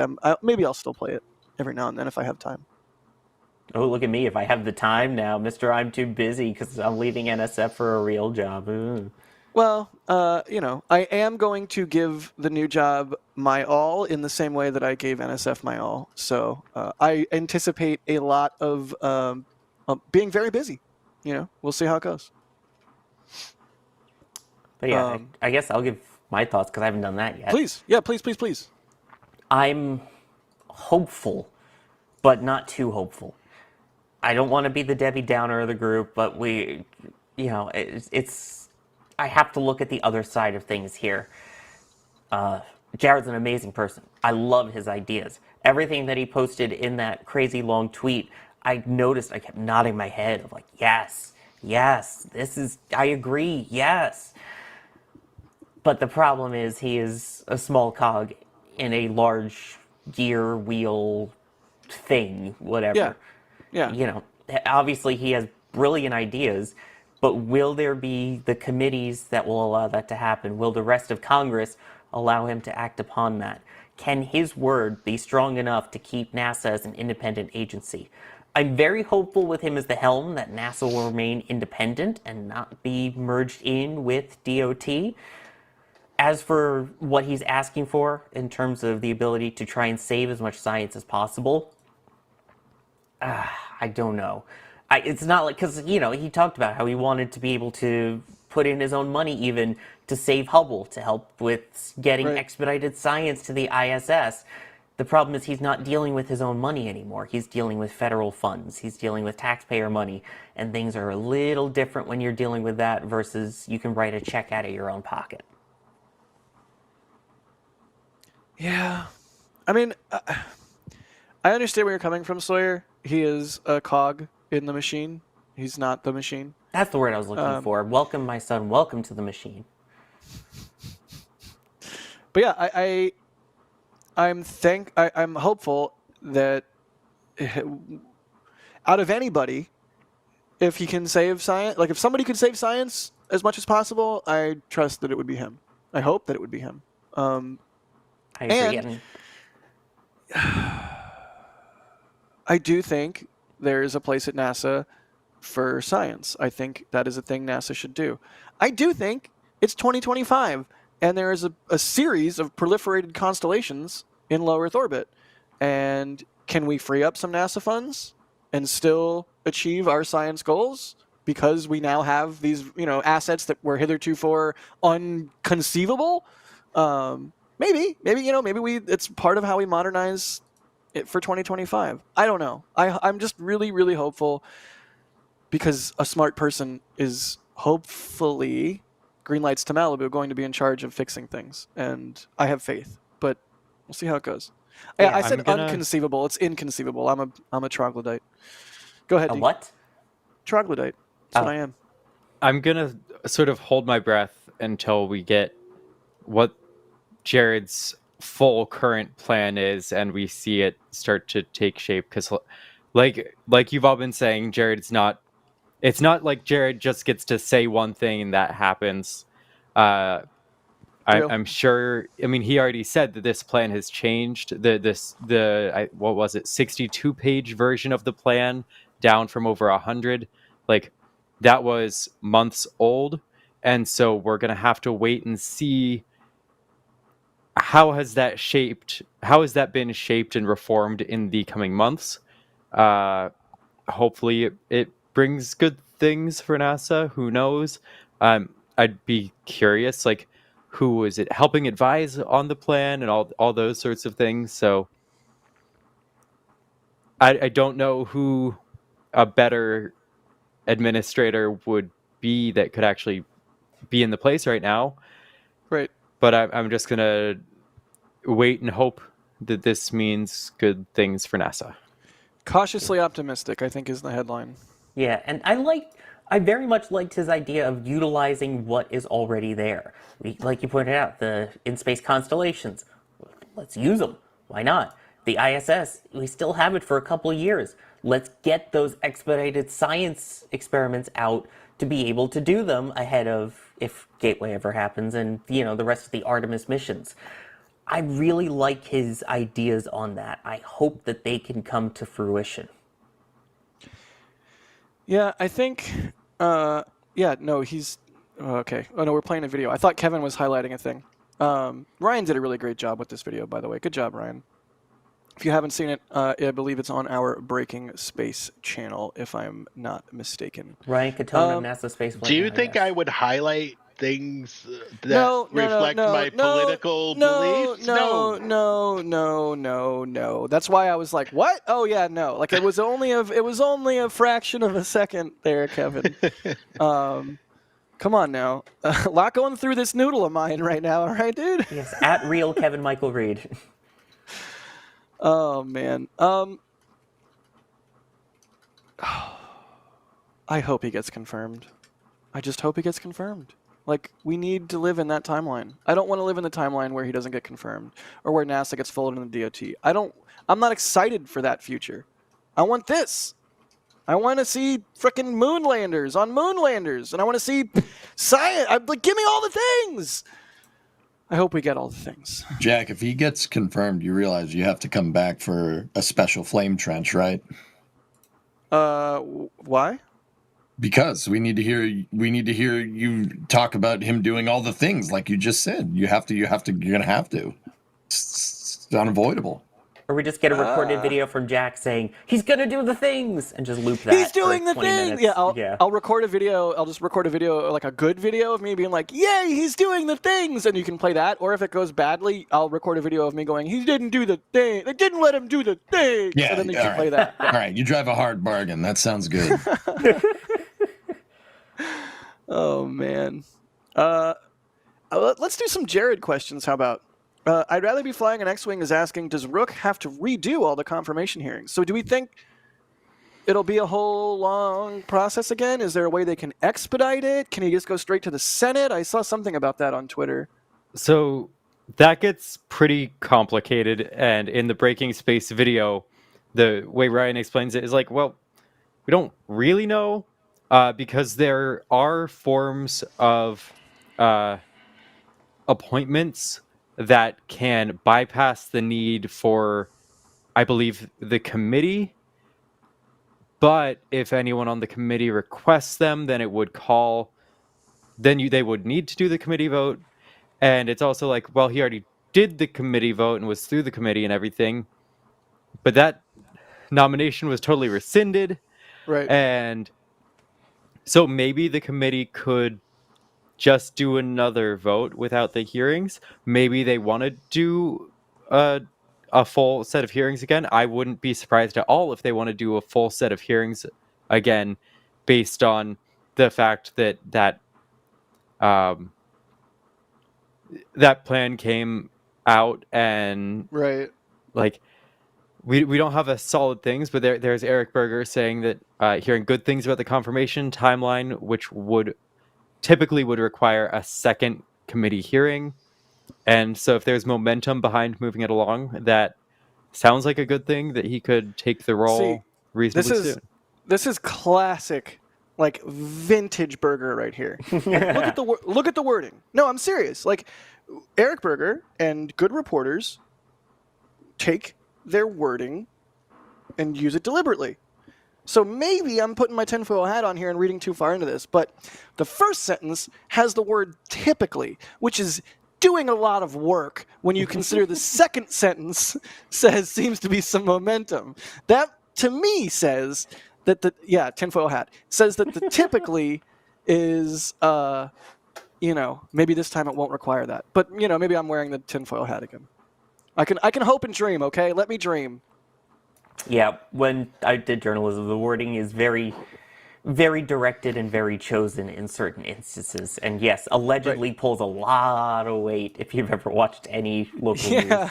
Yeah, allegedly, typically, things like that. Those you look out for words like that. And maybe, I don't know, maybe I'll get a DM from Eric in like 5 minutes saying like, dude, what are you talking about? Yeah. Like, dude, what? Take off the tinfoil. Yeah, and use it to microwave a burger. What? Bro. Yes, you don't microwave burgers, especially don't do it in tinfoil because sparks. But yeah, you know what I mean. What is the context I'm missing here? Yeah, I don't know. Where did you pull that Who from? microwaved a burger in tinfoil? Nobody. No, I mean, I may have, and that's where all my drain bramage came from, but I don't know. Aha! At least you should have tried to do it with microwave popcorn, or with the stovetop popcorn, like in Futurama, because then you would have been able to go back in time. Jack, could I maybe have permission to rapid fire some support here? Absolutely. All right. I was just looking at that, and I was terrified by it, so thank you. For the love of God, thank you. Gary with a 14 Canadian super chat. You'll be missed, Jack. Been watching since SN4. All the best in the future. Thank you very much, Gary. Captain Q with a $5 New Zealand super chat. All the best, Jack. We will miss you, buddy. Thank you so much. Paul Allen Purnell with a $5 tip to tips.nasaspaceflight.com says, Bon voyage, Jack, and thanks for all you've done. Devin gifted 20 Red Team memberships. That lets so many of you here join the membership program, get access to exclusive content. That is greatly appreciated. If you got one of those, be sure to say thank you. We also had Jason Grigg gifting 10 Red Team memberships. We had... Watch. What are you doing? What are you doing, Kevin? It's not... No. Stop it. We had Eric You're Spittle. gonna miss this. Don't lie. I love you so much, EJ. I'm so glad you're here, dude. I am gonna miss this. Like, I've been spending the last week of my life really thinking about if I do this or not, and really trying to consider all of the ramifications and all of the angles. And you may have seen me tweet a week or so ago, before any of this even was set in motion. It's interesting, something along the lines of, it's interesting to make life choices with the context of, will this get me closer to or further from maybe someday flying in space? Yep. And turns out that morning thought that I just farted out on Twitter would end up being quite relevant. I'm not going to space, but I do consider all the ramifications of leaving this job. And if maybe whatever my next adventures have in store, somehow through the winding path of life, might end up getting me closer to flying in space someday. Bro, if you get to go into space, you gotta hit us up. All right, at the very least. You know. To be clear, the new job does not involve me going into space or any sort of crew flight or anything like that. It's just thinking about like, oh, I'm making a career change. Like right now, I'm Jack Beyer, NSF guy, and I'm the type of person that Rocket Lab flies to New Zealand to shoot their launch, or you know, Jared flies me on his jets and stuff. And so I'm gonna go work for a startup and do really amazing things, but I'm no longer going to be, you know, Jack Beyer NSF. So it's been something to wrap my head around. I can imagine. I mean, there's always a lot to wrap your head around as you make life changes, and there's always a lot to wrap your head around in spaceflight too. And if you want to keep up to date with everything going on in spaceflight, Sawyer, my guy, I knew it. I didn't even say anything because I was like, he's setting him up. Good. He's setting him up. Let's go, then dude. wrap your head around the rocket recap. In fact. So yes, in case you're unaware, we have a newsletter. There it is, the rocket recap. Ooh, this is a fancy slide. Woo! Anyway, yes, there's exclusive content in there. Keep up to date with all of the different launch streams that we're planning on doing. Keep up to date with everything going on in spaceflight.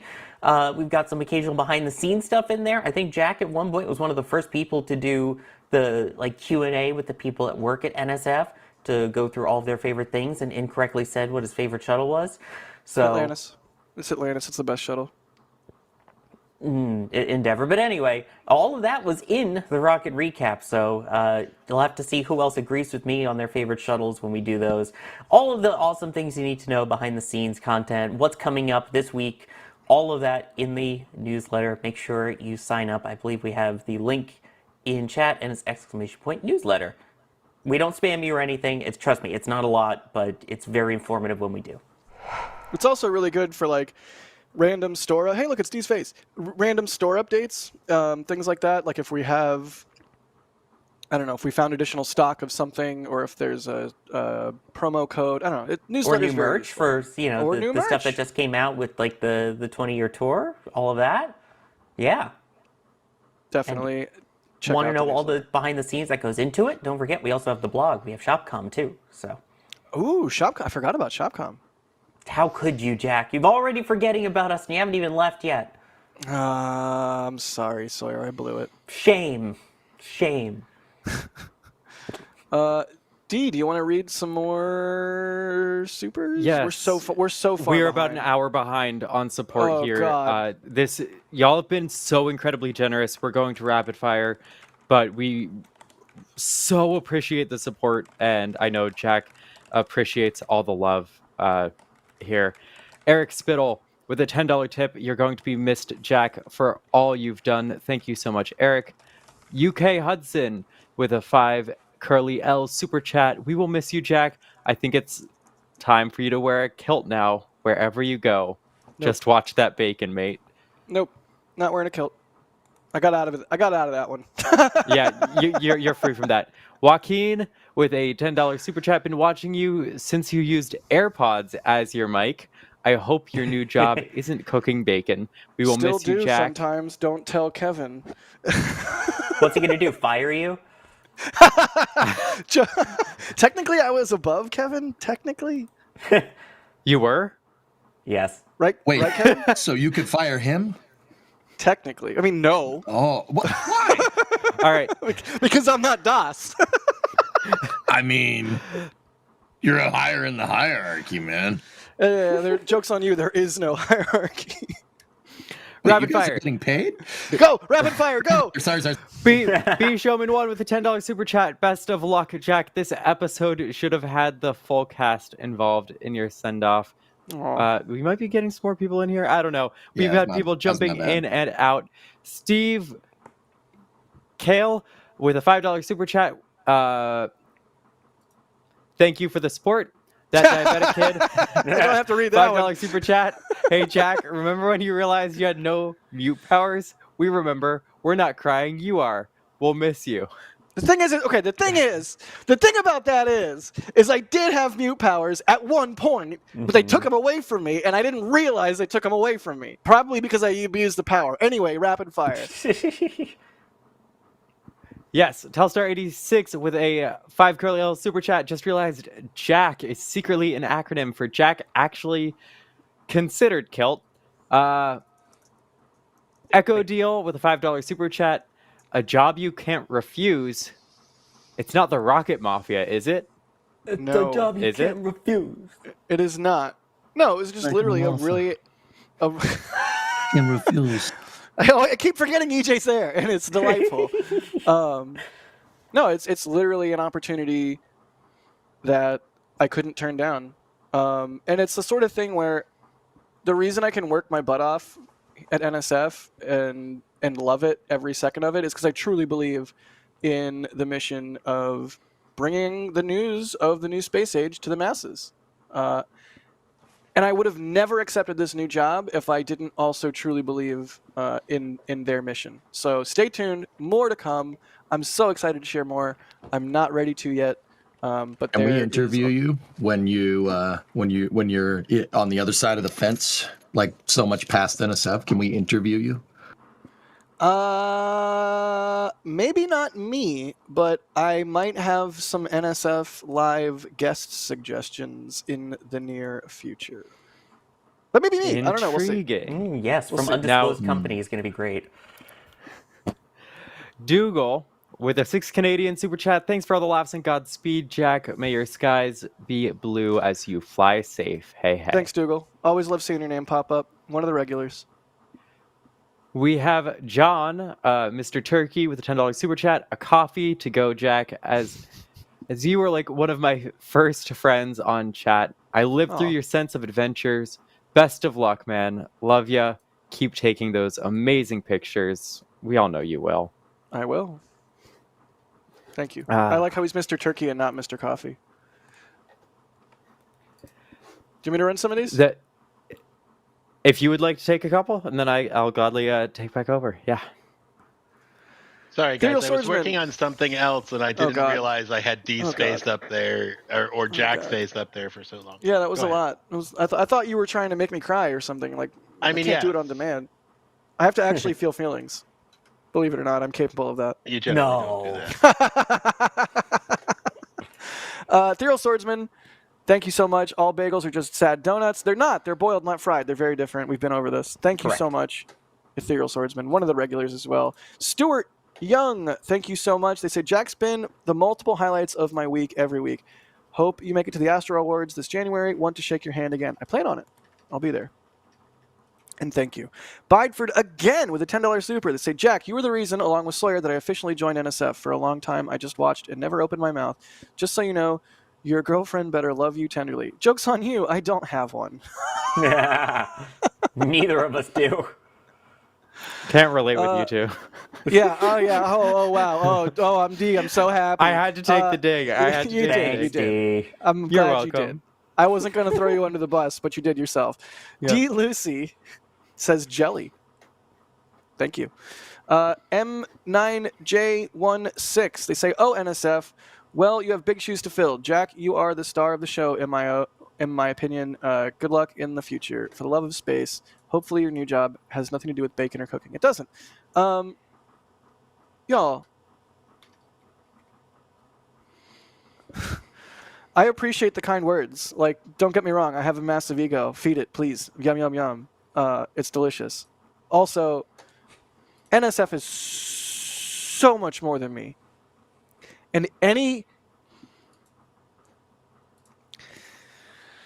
good thing or good work that I have done since 2018 for NSF, I've only been able to do because of the insane amount of support from everybody at NSF. This isn't a thanks for super chats. This isn't a membership plug. This is the Jack Buyer that you know and that Want your everybody money. is. that everybody is expressing love for. Like, I don't do the things I do without NSF, without an amazing team of people. Like, when DOS is on your side, you might as well have Merlin on your side. You know, when the production team has your back, you look good, even when you look stupid. Or when they don't have your back, you look stupid even when you look good. That's evidenced by the whole show. But no, like, NSF is so much more than me. And all it is a bunch of people, including up to today myself, who are extremely dedicated. So if you really care about this stuff and you think you might have a useful skill, hit up NSF, because that's all I did back in 2018. That's all I did. Jake wants to work with you, whoever you are out there. Aww. Jake is saying, I want you to join NSF. Join NSF with me, people. You're right, Jake. That scared him away. He's like, I don't like this at all. Sorry, Jake. Timo, thank you for the support. They say, hi, Jack. Whenever I needed something to laugh, I'd turn on the Flame Trench with you. Thank you for all these episodes, and all the best to you. It means the world. I don't know how many more of these I can read without losing it. All right, I can hop back in here. Let's continue. Thank you. Eleanor with 5 curly L super chat. Jack, well deserved, and you will be missed by all of us. Hope you get everything you want, and good luck in the role. We believe in you, so go smash it. Oliver with a super chat saying, it's okay, let it all out, Jack. And I can't agree more. I was fortunate that my face wasn't on stream when I was very close to crying earlier when you were first talking about this. Laura got something from the store here, buying a Jack print before he leaves. Thank you so much. Good luck, Jack. Congratulations. Won't be the same without you. Dang, they got the more Flight Jack, 2 print more better. too. Classic. Laura. We really need to change. We need to change the stupid names on the store. It shouldn't be IFT2. It should. I think it can still be IFT there. UK Hudson with a 5 curly L super chat. Jack, if I took your non-bagel and cooked it to carbon like your bacon, would it still be a bagel? Ooh. No. It would be carbon. You know, you guys are scaring him away, chat. That's the reason he's leaving, because of all these dang burnt bacon jokes. You scare him away. Yeah. You scared him away. Look what you did. Look what they done to my boy. Oh God, I massacred my boy. Oh man. Pat Lankslas with a super chat saying, good luck, Jack. The best memory, Jack and D road trip. That's absolute highlight. Nothing's going to compare. It's hard to pick favorite moments because there's been so many amazing moments that people would wish to have one of, and I've had literally dozens, and I'm so thankful for it. The road trip stream is definitely way up there. That was a real special time. You still have all the footage from that. Every now and then someone will send me a DM and be like, is the road trip stream ever going to be a thing? I know, it's a bandwidth thing. We wanted it to be ephemeral. I don't know if at some point in the future some random clips from that get posted for members, but that would be cool. If not, no worries. But it's only 26 hours of footage. Oh my God. Yeah, we drove a lot. Yeah. Anyway, we actually do have to go rapid fire here. Chuck with a $10 super chat. Can't wait to hear more about the new job. Best of luck, Jack. Ollie James has become a Red Team member. Thank you very much. Sam Smith has upgraded to a Capcom member that comes with Discord access. Thank you very, very much. Bideford with a $10 super chat.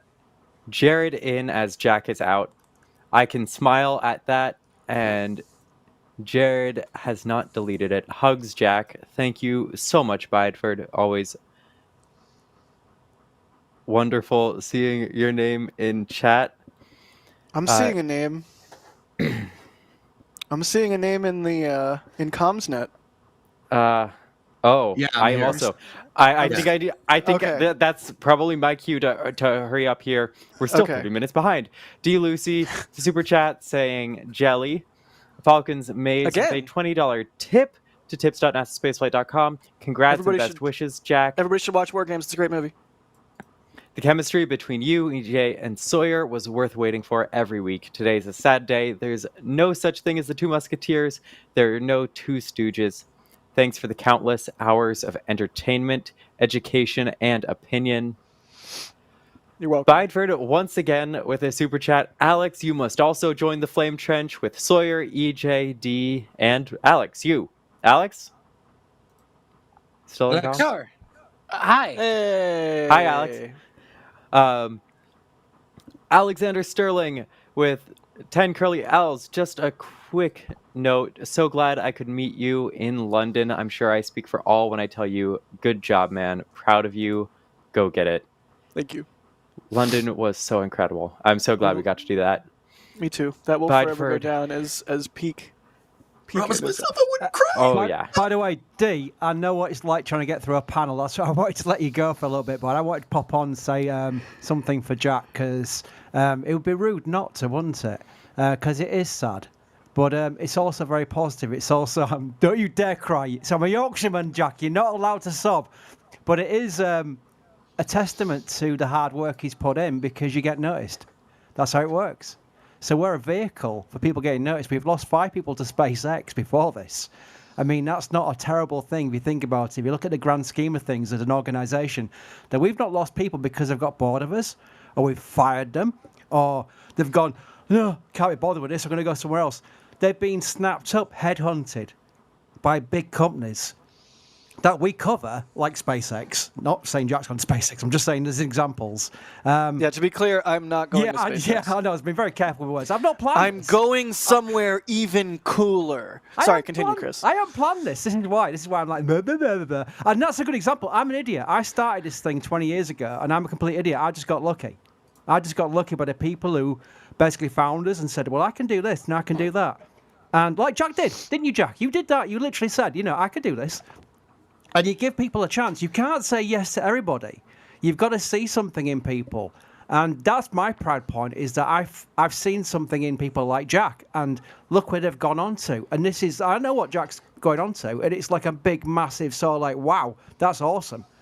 So this is my pride point, and we'll have people you don't even know about right now. There's about 5 people we're training up in the background who may progress on, and then they may become big sort of like, oh, it's so on a stream, and then they get snapped up by a big aerospace company. That's how the conveyor belt works. So, that's the pride point I have in all of this. And Jack's not going away anyway, isn't it? He's not vanishing. You'll never see him again. We're going to see Jack again. So it's not, it's not like Jack's vanishing after the end of the stream. But it is important that we say goodbye as a kind of like permanent fixture to Jack. And that's what I wanted to pop on and just say bye to Jack. And don't get sobby, Jack.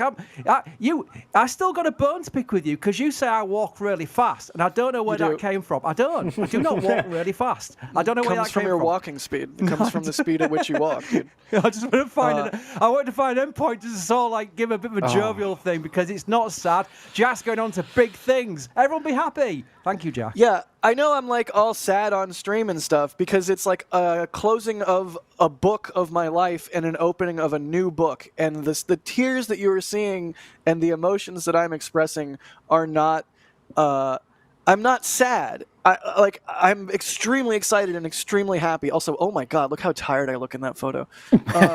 It was London was fun. Wait. We did London right. Take a look at the date Jack put at the bottom there. If I recall correctly, that was January 1st of 2026 for a ship catch. Yeah. Was your estimate. How do you feel about that estimate now? Yeah, bad. This was before multiple Starship failures and Ship 36 blowing up. So that was after Flight 5, I think. Yep, that makes sense. Also, look at my gut. I'm way skinnier now, thank God. Chris, don't say you're stupid. You're not stupid. 20 years ago, no, Dan is stupid, as seen on screen. And we don't have to talk about why he's getting attacked by me in that shot, but he deserved it. Let's. Chris, you're not stupid. You started NSF 20 years ago, and you have an uncanny ability to pick people, to see something in people. It's remarkable. I've never had a boss or a coworker or a friend or whatever the heck I'm supposed to call you that was that good at assembling a team. The only reason we have a good team is because you're good at assembling. You assembled the team. Second, a long time ago, in a tea house that was illegally built and existed for like 2 weeks in Griffith Park in LA, I wrote on a piece of wood and rang a bell a wish, and that wish was to make a dent in the universe. It's a Steve Jobs quote. I want to leave a mark. I want to do something good. I want to leave this place better than I found it. To me, that's the meaning of life. You leave it better than you found it, in the spirit of the Old West. Chris, you started NSF. You have changed my life, Dee's life, Sawyer's life, Das's life. Everybody at NSF, you've changed their lives by starting this company, by just wanting to pay attention to the shuttle and growing it from there and being able to assemble an amazing team. So, that's why I'm sad, is because I'm going to be leaving this amazing team to go to a different amazing team, and you'll all still always be my friends, and I'm not going to disappear. Like we've been saying, I will be around. Yeah, but Jack, just to make you feel a little bit better about all this, everyone who has gone on, like the Chris G's of this world, the Thomases, everyone, they're all still part of the family. They'll always have that. Yep. It's not like anyone's leaving the family. It's just like moving on to bigger opportunities. That's what I like to portray. Exactly. 100%. Thank you, dude. Thank you for everything. No, thank you, Jack. You're making me emotional now. That's not allowed. I'm a Yorkshireman. I get deported if I get emotional. All right, well, what do we do now? We have 5 minutes until TWIS. We have more support still. Real quick burn through this support, and then go. If y'all let me rapid fire. Go, All right, we have go. Bideford with a $10 super. Jared is qualified versus Duffy.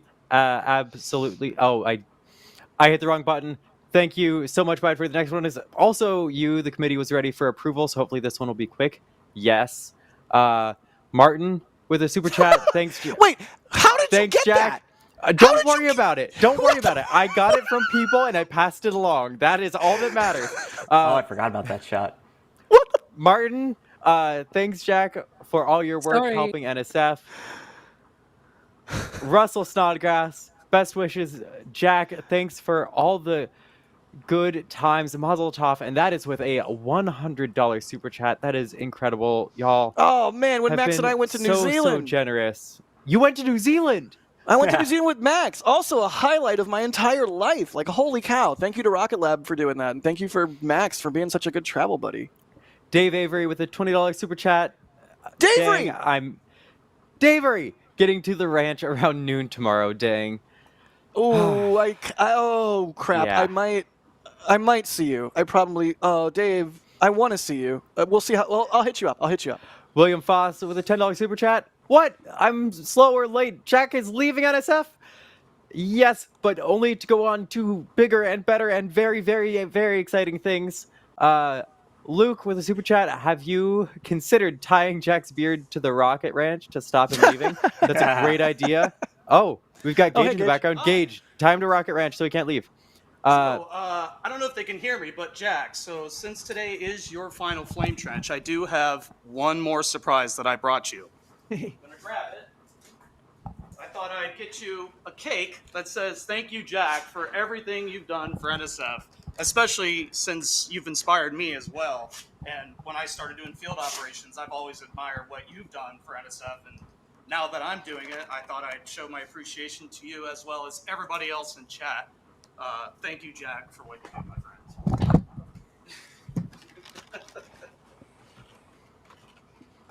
Oh, God, too much stuff on the... Give me a hug.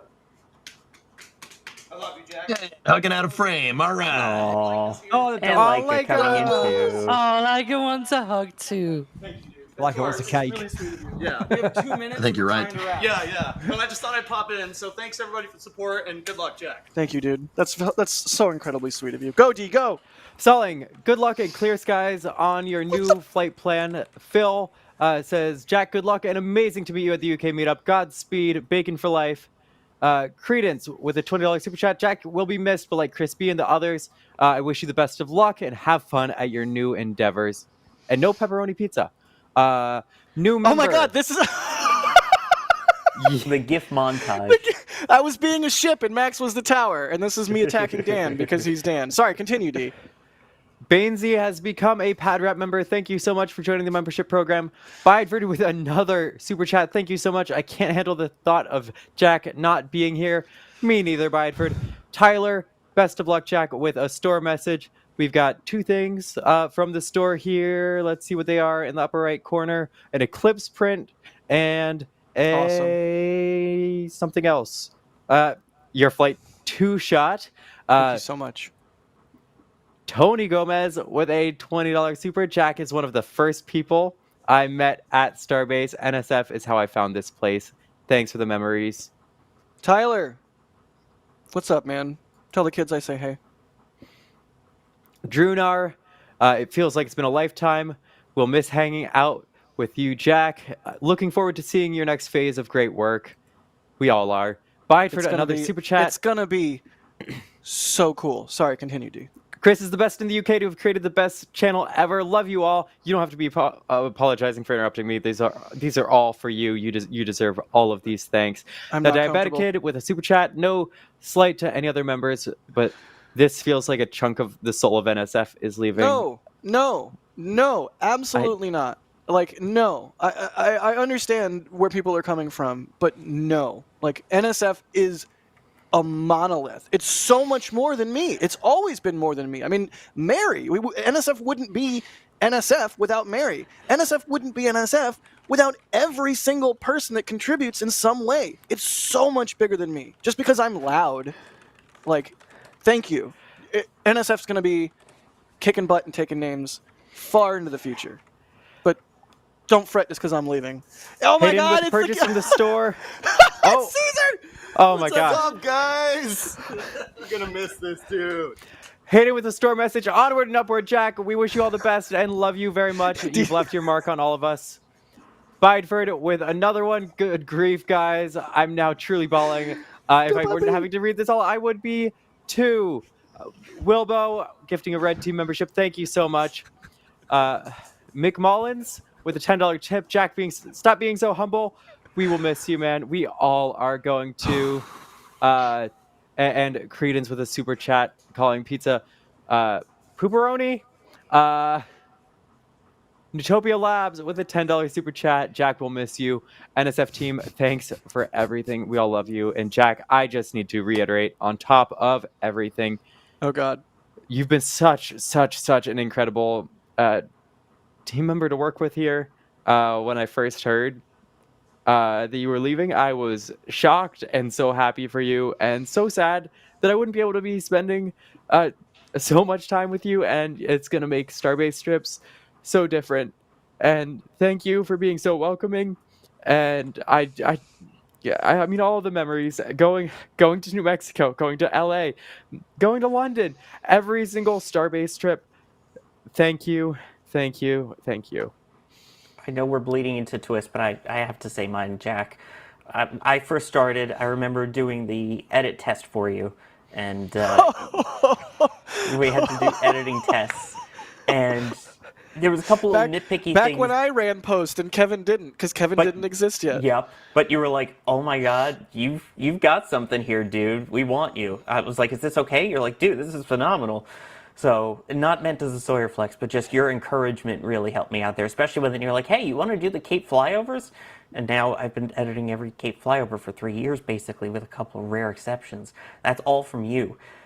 You've allowed me to grow my skill in editing, to allow me to do as much as I have, encouraged me with all of the streams. You were like one of the main host guys, and then you let me come in and take the reins for some reason. And then when all of us decided we wanted, the core trio for the Flame Trench to be you, me, and EJ for those first test shots, and then we just kept going, it became a weekly family gathering on Fridays. It's not just a show. This is our family get-together, and we get to hang and chat in the living room with all of our viewers, and for some reason they let the three of us in the same room together. I wasn't going to cry, but now I am, dude. Jack, thank you for all the opportunities you've given me here at NSF. It's you, everybody. I didn't do anything. I just, it's all on you. If you are happy with where you're at, it's on you. You did it. I didn't do anything. All I ever try and do is enable the amazing people around me to do their best work. And that's because the amazing people around me enable me to do my best work. And so if I've learned anything in 37 years, it's that you should do your best to be the friend that you would want to have, the coworker that you would want to have, to do your best to enable those around you to do great things, because they will. And just look, I mean, I'm testament to that. The people around me have enabled me to do great things, and here we are. And vice versa. Hey, And vice versa. Hey, wait a minute. Who's doing the intro now? Not The me, not my NSF problem. Not my problem. Cold open? What crap. cold open? Literally, when I told Das what was going on, it was like, all right, cool, we'll talk to you in a little bit. Oh, by the way, haha, now you can do a new intro, and I don't care. Click. I legitimately asked when Jack revealed it to us. I'm like, so this is your way of getting out of doing a new intro, huh? Basically. He plays the long con, chat. Always. No one ever expects the long con. Hey, Jack. Hey, dude. My turn. What? My turn. Sorry, Oh, no. I've been crying for like 10 minutes now. Sorry? Really? Yeah. I don't know if What's I up, can do dude? this. Hey, it's hard. At least you're not on camera. At least I'm not on camera. Dude, your streams got me through COVID when my industry was shut down. And the fact that I got to work with you for the last 3 years was the most amazing experience. So thank you for that. I'm sorry, I can't talk anymore. And I'm so Sorry, honored to have finally met you. Like, it took 3 years to meet you, and I met you last month, and that was the best thing ever. And to hang out with you for 4 days in a foreign city and just, like, get to know you as a human was amazing. That was peak me too. Like, there's a It lot really of different. was. There's a lot of different me's. You know, everyone has different variants of themselves. You know, sometimes you're the professional you, sometimes you're the wacky party you. That was peak me, and I'm really glad that all of my friends got to hang out and see it. I'm so glad we had that time. Yeah. I mean, we just wandered the streets of London till 4 a.m. Till your legs stopped working. Yeah, my legs were done. And I tried, and yet I entirely tried to done. goad you on, and yet it didn't work. But you weren't mad at me for goading you, which was sweet of you. No, I was like physically could not at that point after 2 nights of just walking through London, and I'm so glad we got to do that. Yeah, I'm excited for more NSF meetups in the future and attending as a member of the general public. I'm excited for a US meetup. I think that should really happen. I'm excited for future Europe meetups, NSF meetups. I'm excited for the Astro Awards in 2026 and beyond. I am not going to disappear. You will still see me around, and we'll still get to hang out and pal around. It'll just be different. That's life. I'm not gonna doing come visit this you. because if my answers are long, imagine this. I But hate- I'm also gonna miss you a lot. Don't worry. I've been also crying as well, but just trying to, Don't worry, Alex. I'm definitely not going anywhere. We'll always be family. Hey, you remember that one time? Remember that one time when I broke your truck and then I fixed it again? You remember that? Yeah, I do. When you were like, "Oh, let me just take apart this universal joint." Wait, why is there a bearing in the middle of the joint? Who designed this? This thing's junk. Yeah, just called your car a piece of junk in front of you and then fixed it. You know, that was fun. That was a good time. That was actually a really good time. Thank you for that, AJ. Dude, it's all good, man. And all the other times, like the time you fixed my city and then I turned it into a monstrosity, which you still haven't seen yet, but you will. Yeah. That'll be my ultimate revenge. That'll be my revenge for the drive shaft. No, that's fair. It's fair. Anyway, hey man, it's been good working with you. It's been fun. I wish you all the best in your new endeavors, man. Yeah, dude. Now Long Thank March you so 5. much. Now Long March 5. So we had a bit that we had planned for the end of the show where a bunch of people were going to show up in SWAT gear as like the ITAR police and pull me out of here, kicking and screaming. It could still happen, right? No, I don't think it's happening. But that was the bit, so you don't have to worry about the bit anymore. But it's not happening. But I don't know. Like I don't even know where we go from here. Steve is mad that I made Bideford cry. Sorry, Bideford. And Phil asking about the new intro. That's not my problem anymore. Honestly, the new intro is going to be better because I'm not working on it. But that's neither here nor there. All right. I don't know, man. Chris, dude. Thank you. EJ. Thank you. Hi, buddy. I don't want it to end. All right, we can just sit here. That's fine. Yeah. No, I'm so hungry. Sawyer, thank We've you, already man. gone through twists. We can just crap. like I think they're at least 10 minutes in, right? At least Right. 13 We have a countdown It's starting timer, right and now. eventually, No, eventually just said no. The heck screw with that. time. I'm filibustering this. This flame trench isn't ending. Jack, this is becoming a marathon driving stream now. And you don't have a say in it. Marathon crying stream now. Yeah, that's what it was. Yes. That's real. Sorry, I tried really hard not to. Believe me, believe it or not, I really did try hard not to. Yeah, I don't like everybody at NSF. Thank you, Kevin. Thank you, members, flight engineers, launch directors, viewers, non-paying viewers who just hit the like button. Thank you. There's our launch directors and flight engineers. By the way, I plan on becoming a flight engineer, so look for my name on that list going forward. Well, I think we should all go watch Twists. I've been Jack Beyer for NSF. No, it's not. We're not stopping. We'll see you on the next one. Don't do it, man. I told you not to. Hold on. Okay. For SVU. Quiet on set! I'm Jack Beyer for NSF, and this is... Wait, what do I say? What do I say? This is your Starbase. V2. I'm so good at this. I'm Jack Beyer for NSF, and this is your...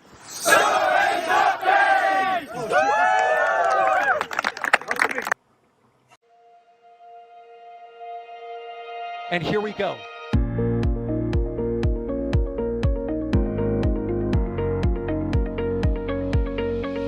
We have liftoff. Propulsion continues to be normal. R68 chamber pressure looks good. Right up.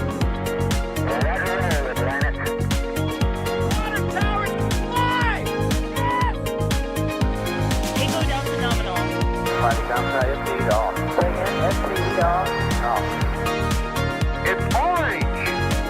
Oh my god! Decollage! Look at this! Put that in the big bag, 343 unfolds to go. Indeed. We rise together back to the moon and beyond. The methane would be igniting in the flare, correct? Yikes. You bet. Sure. We don't need any more of these.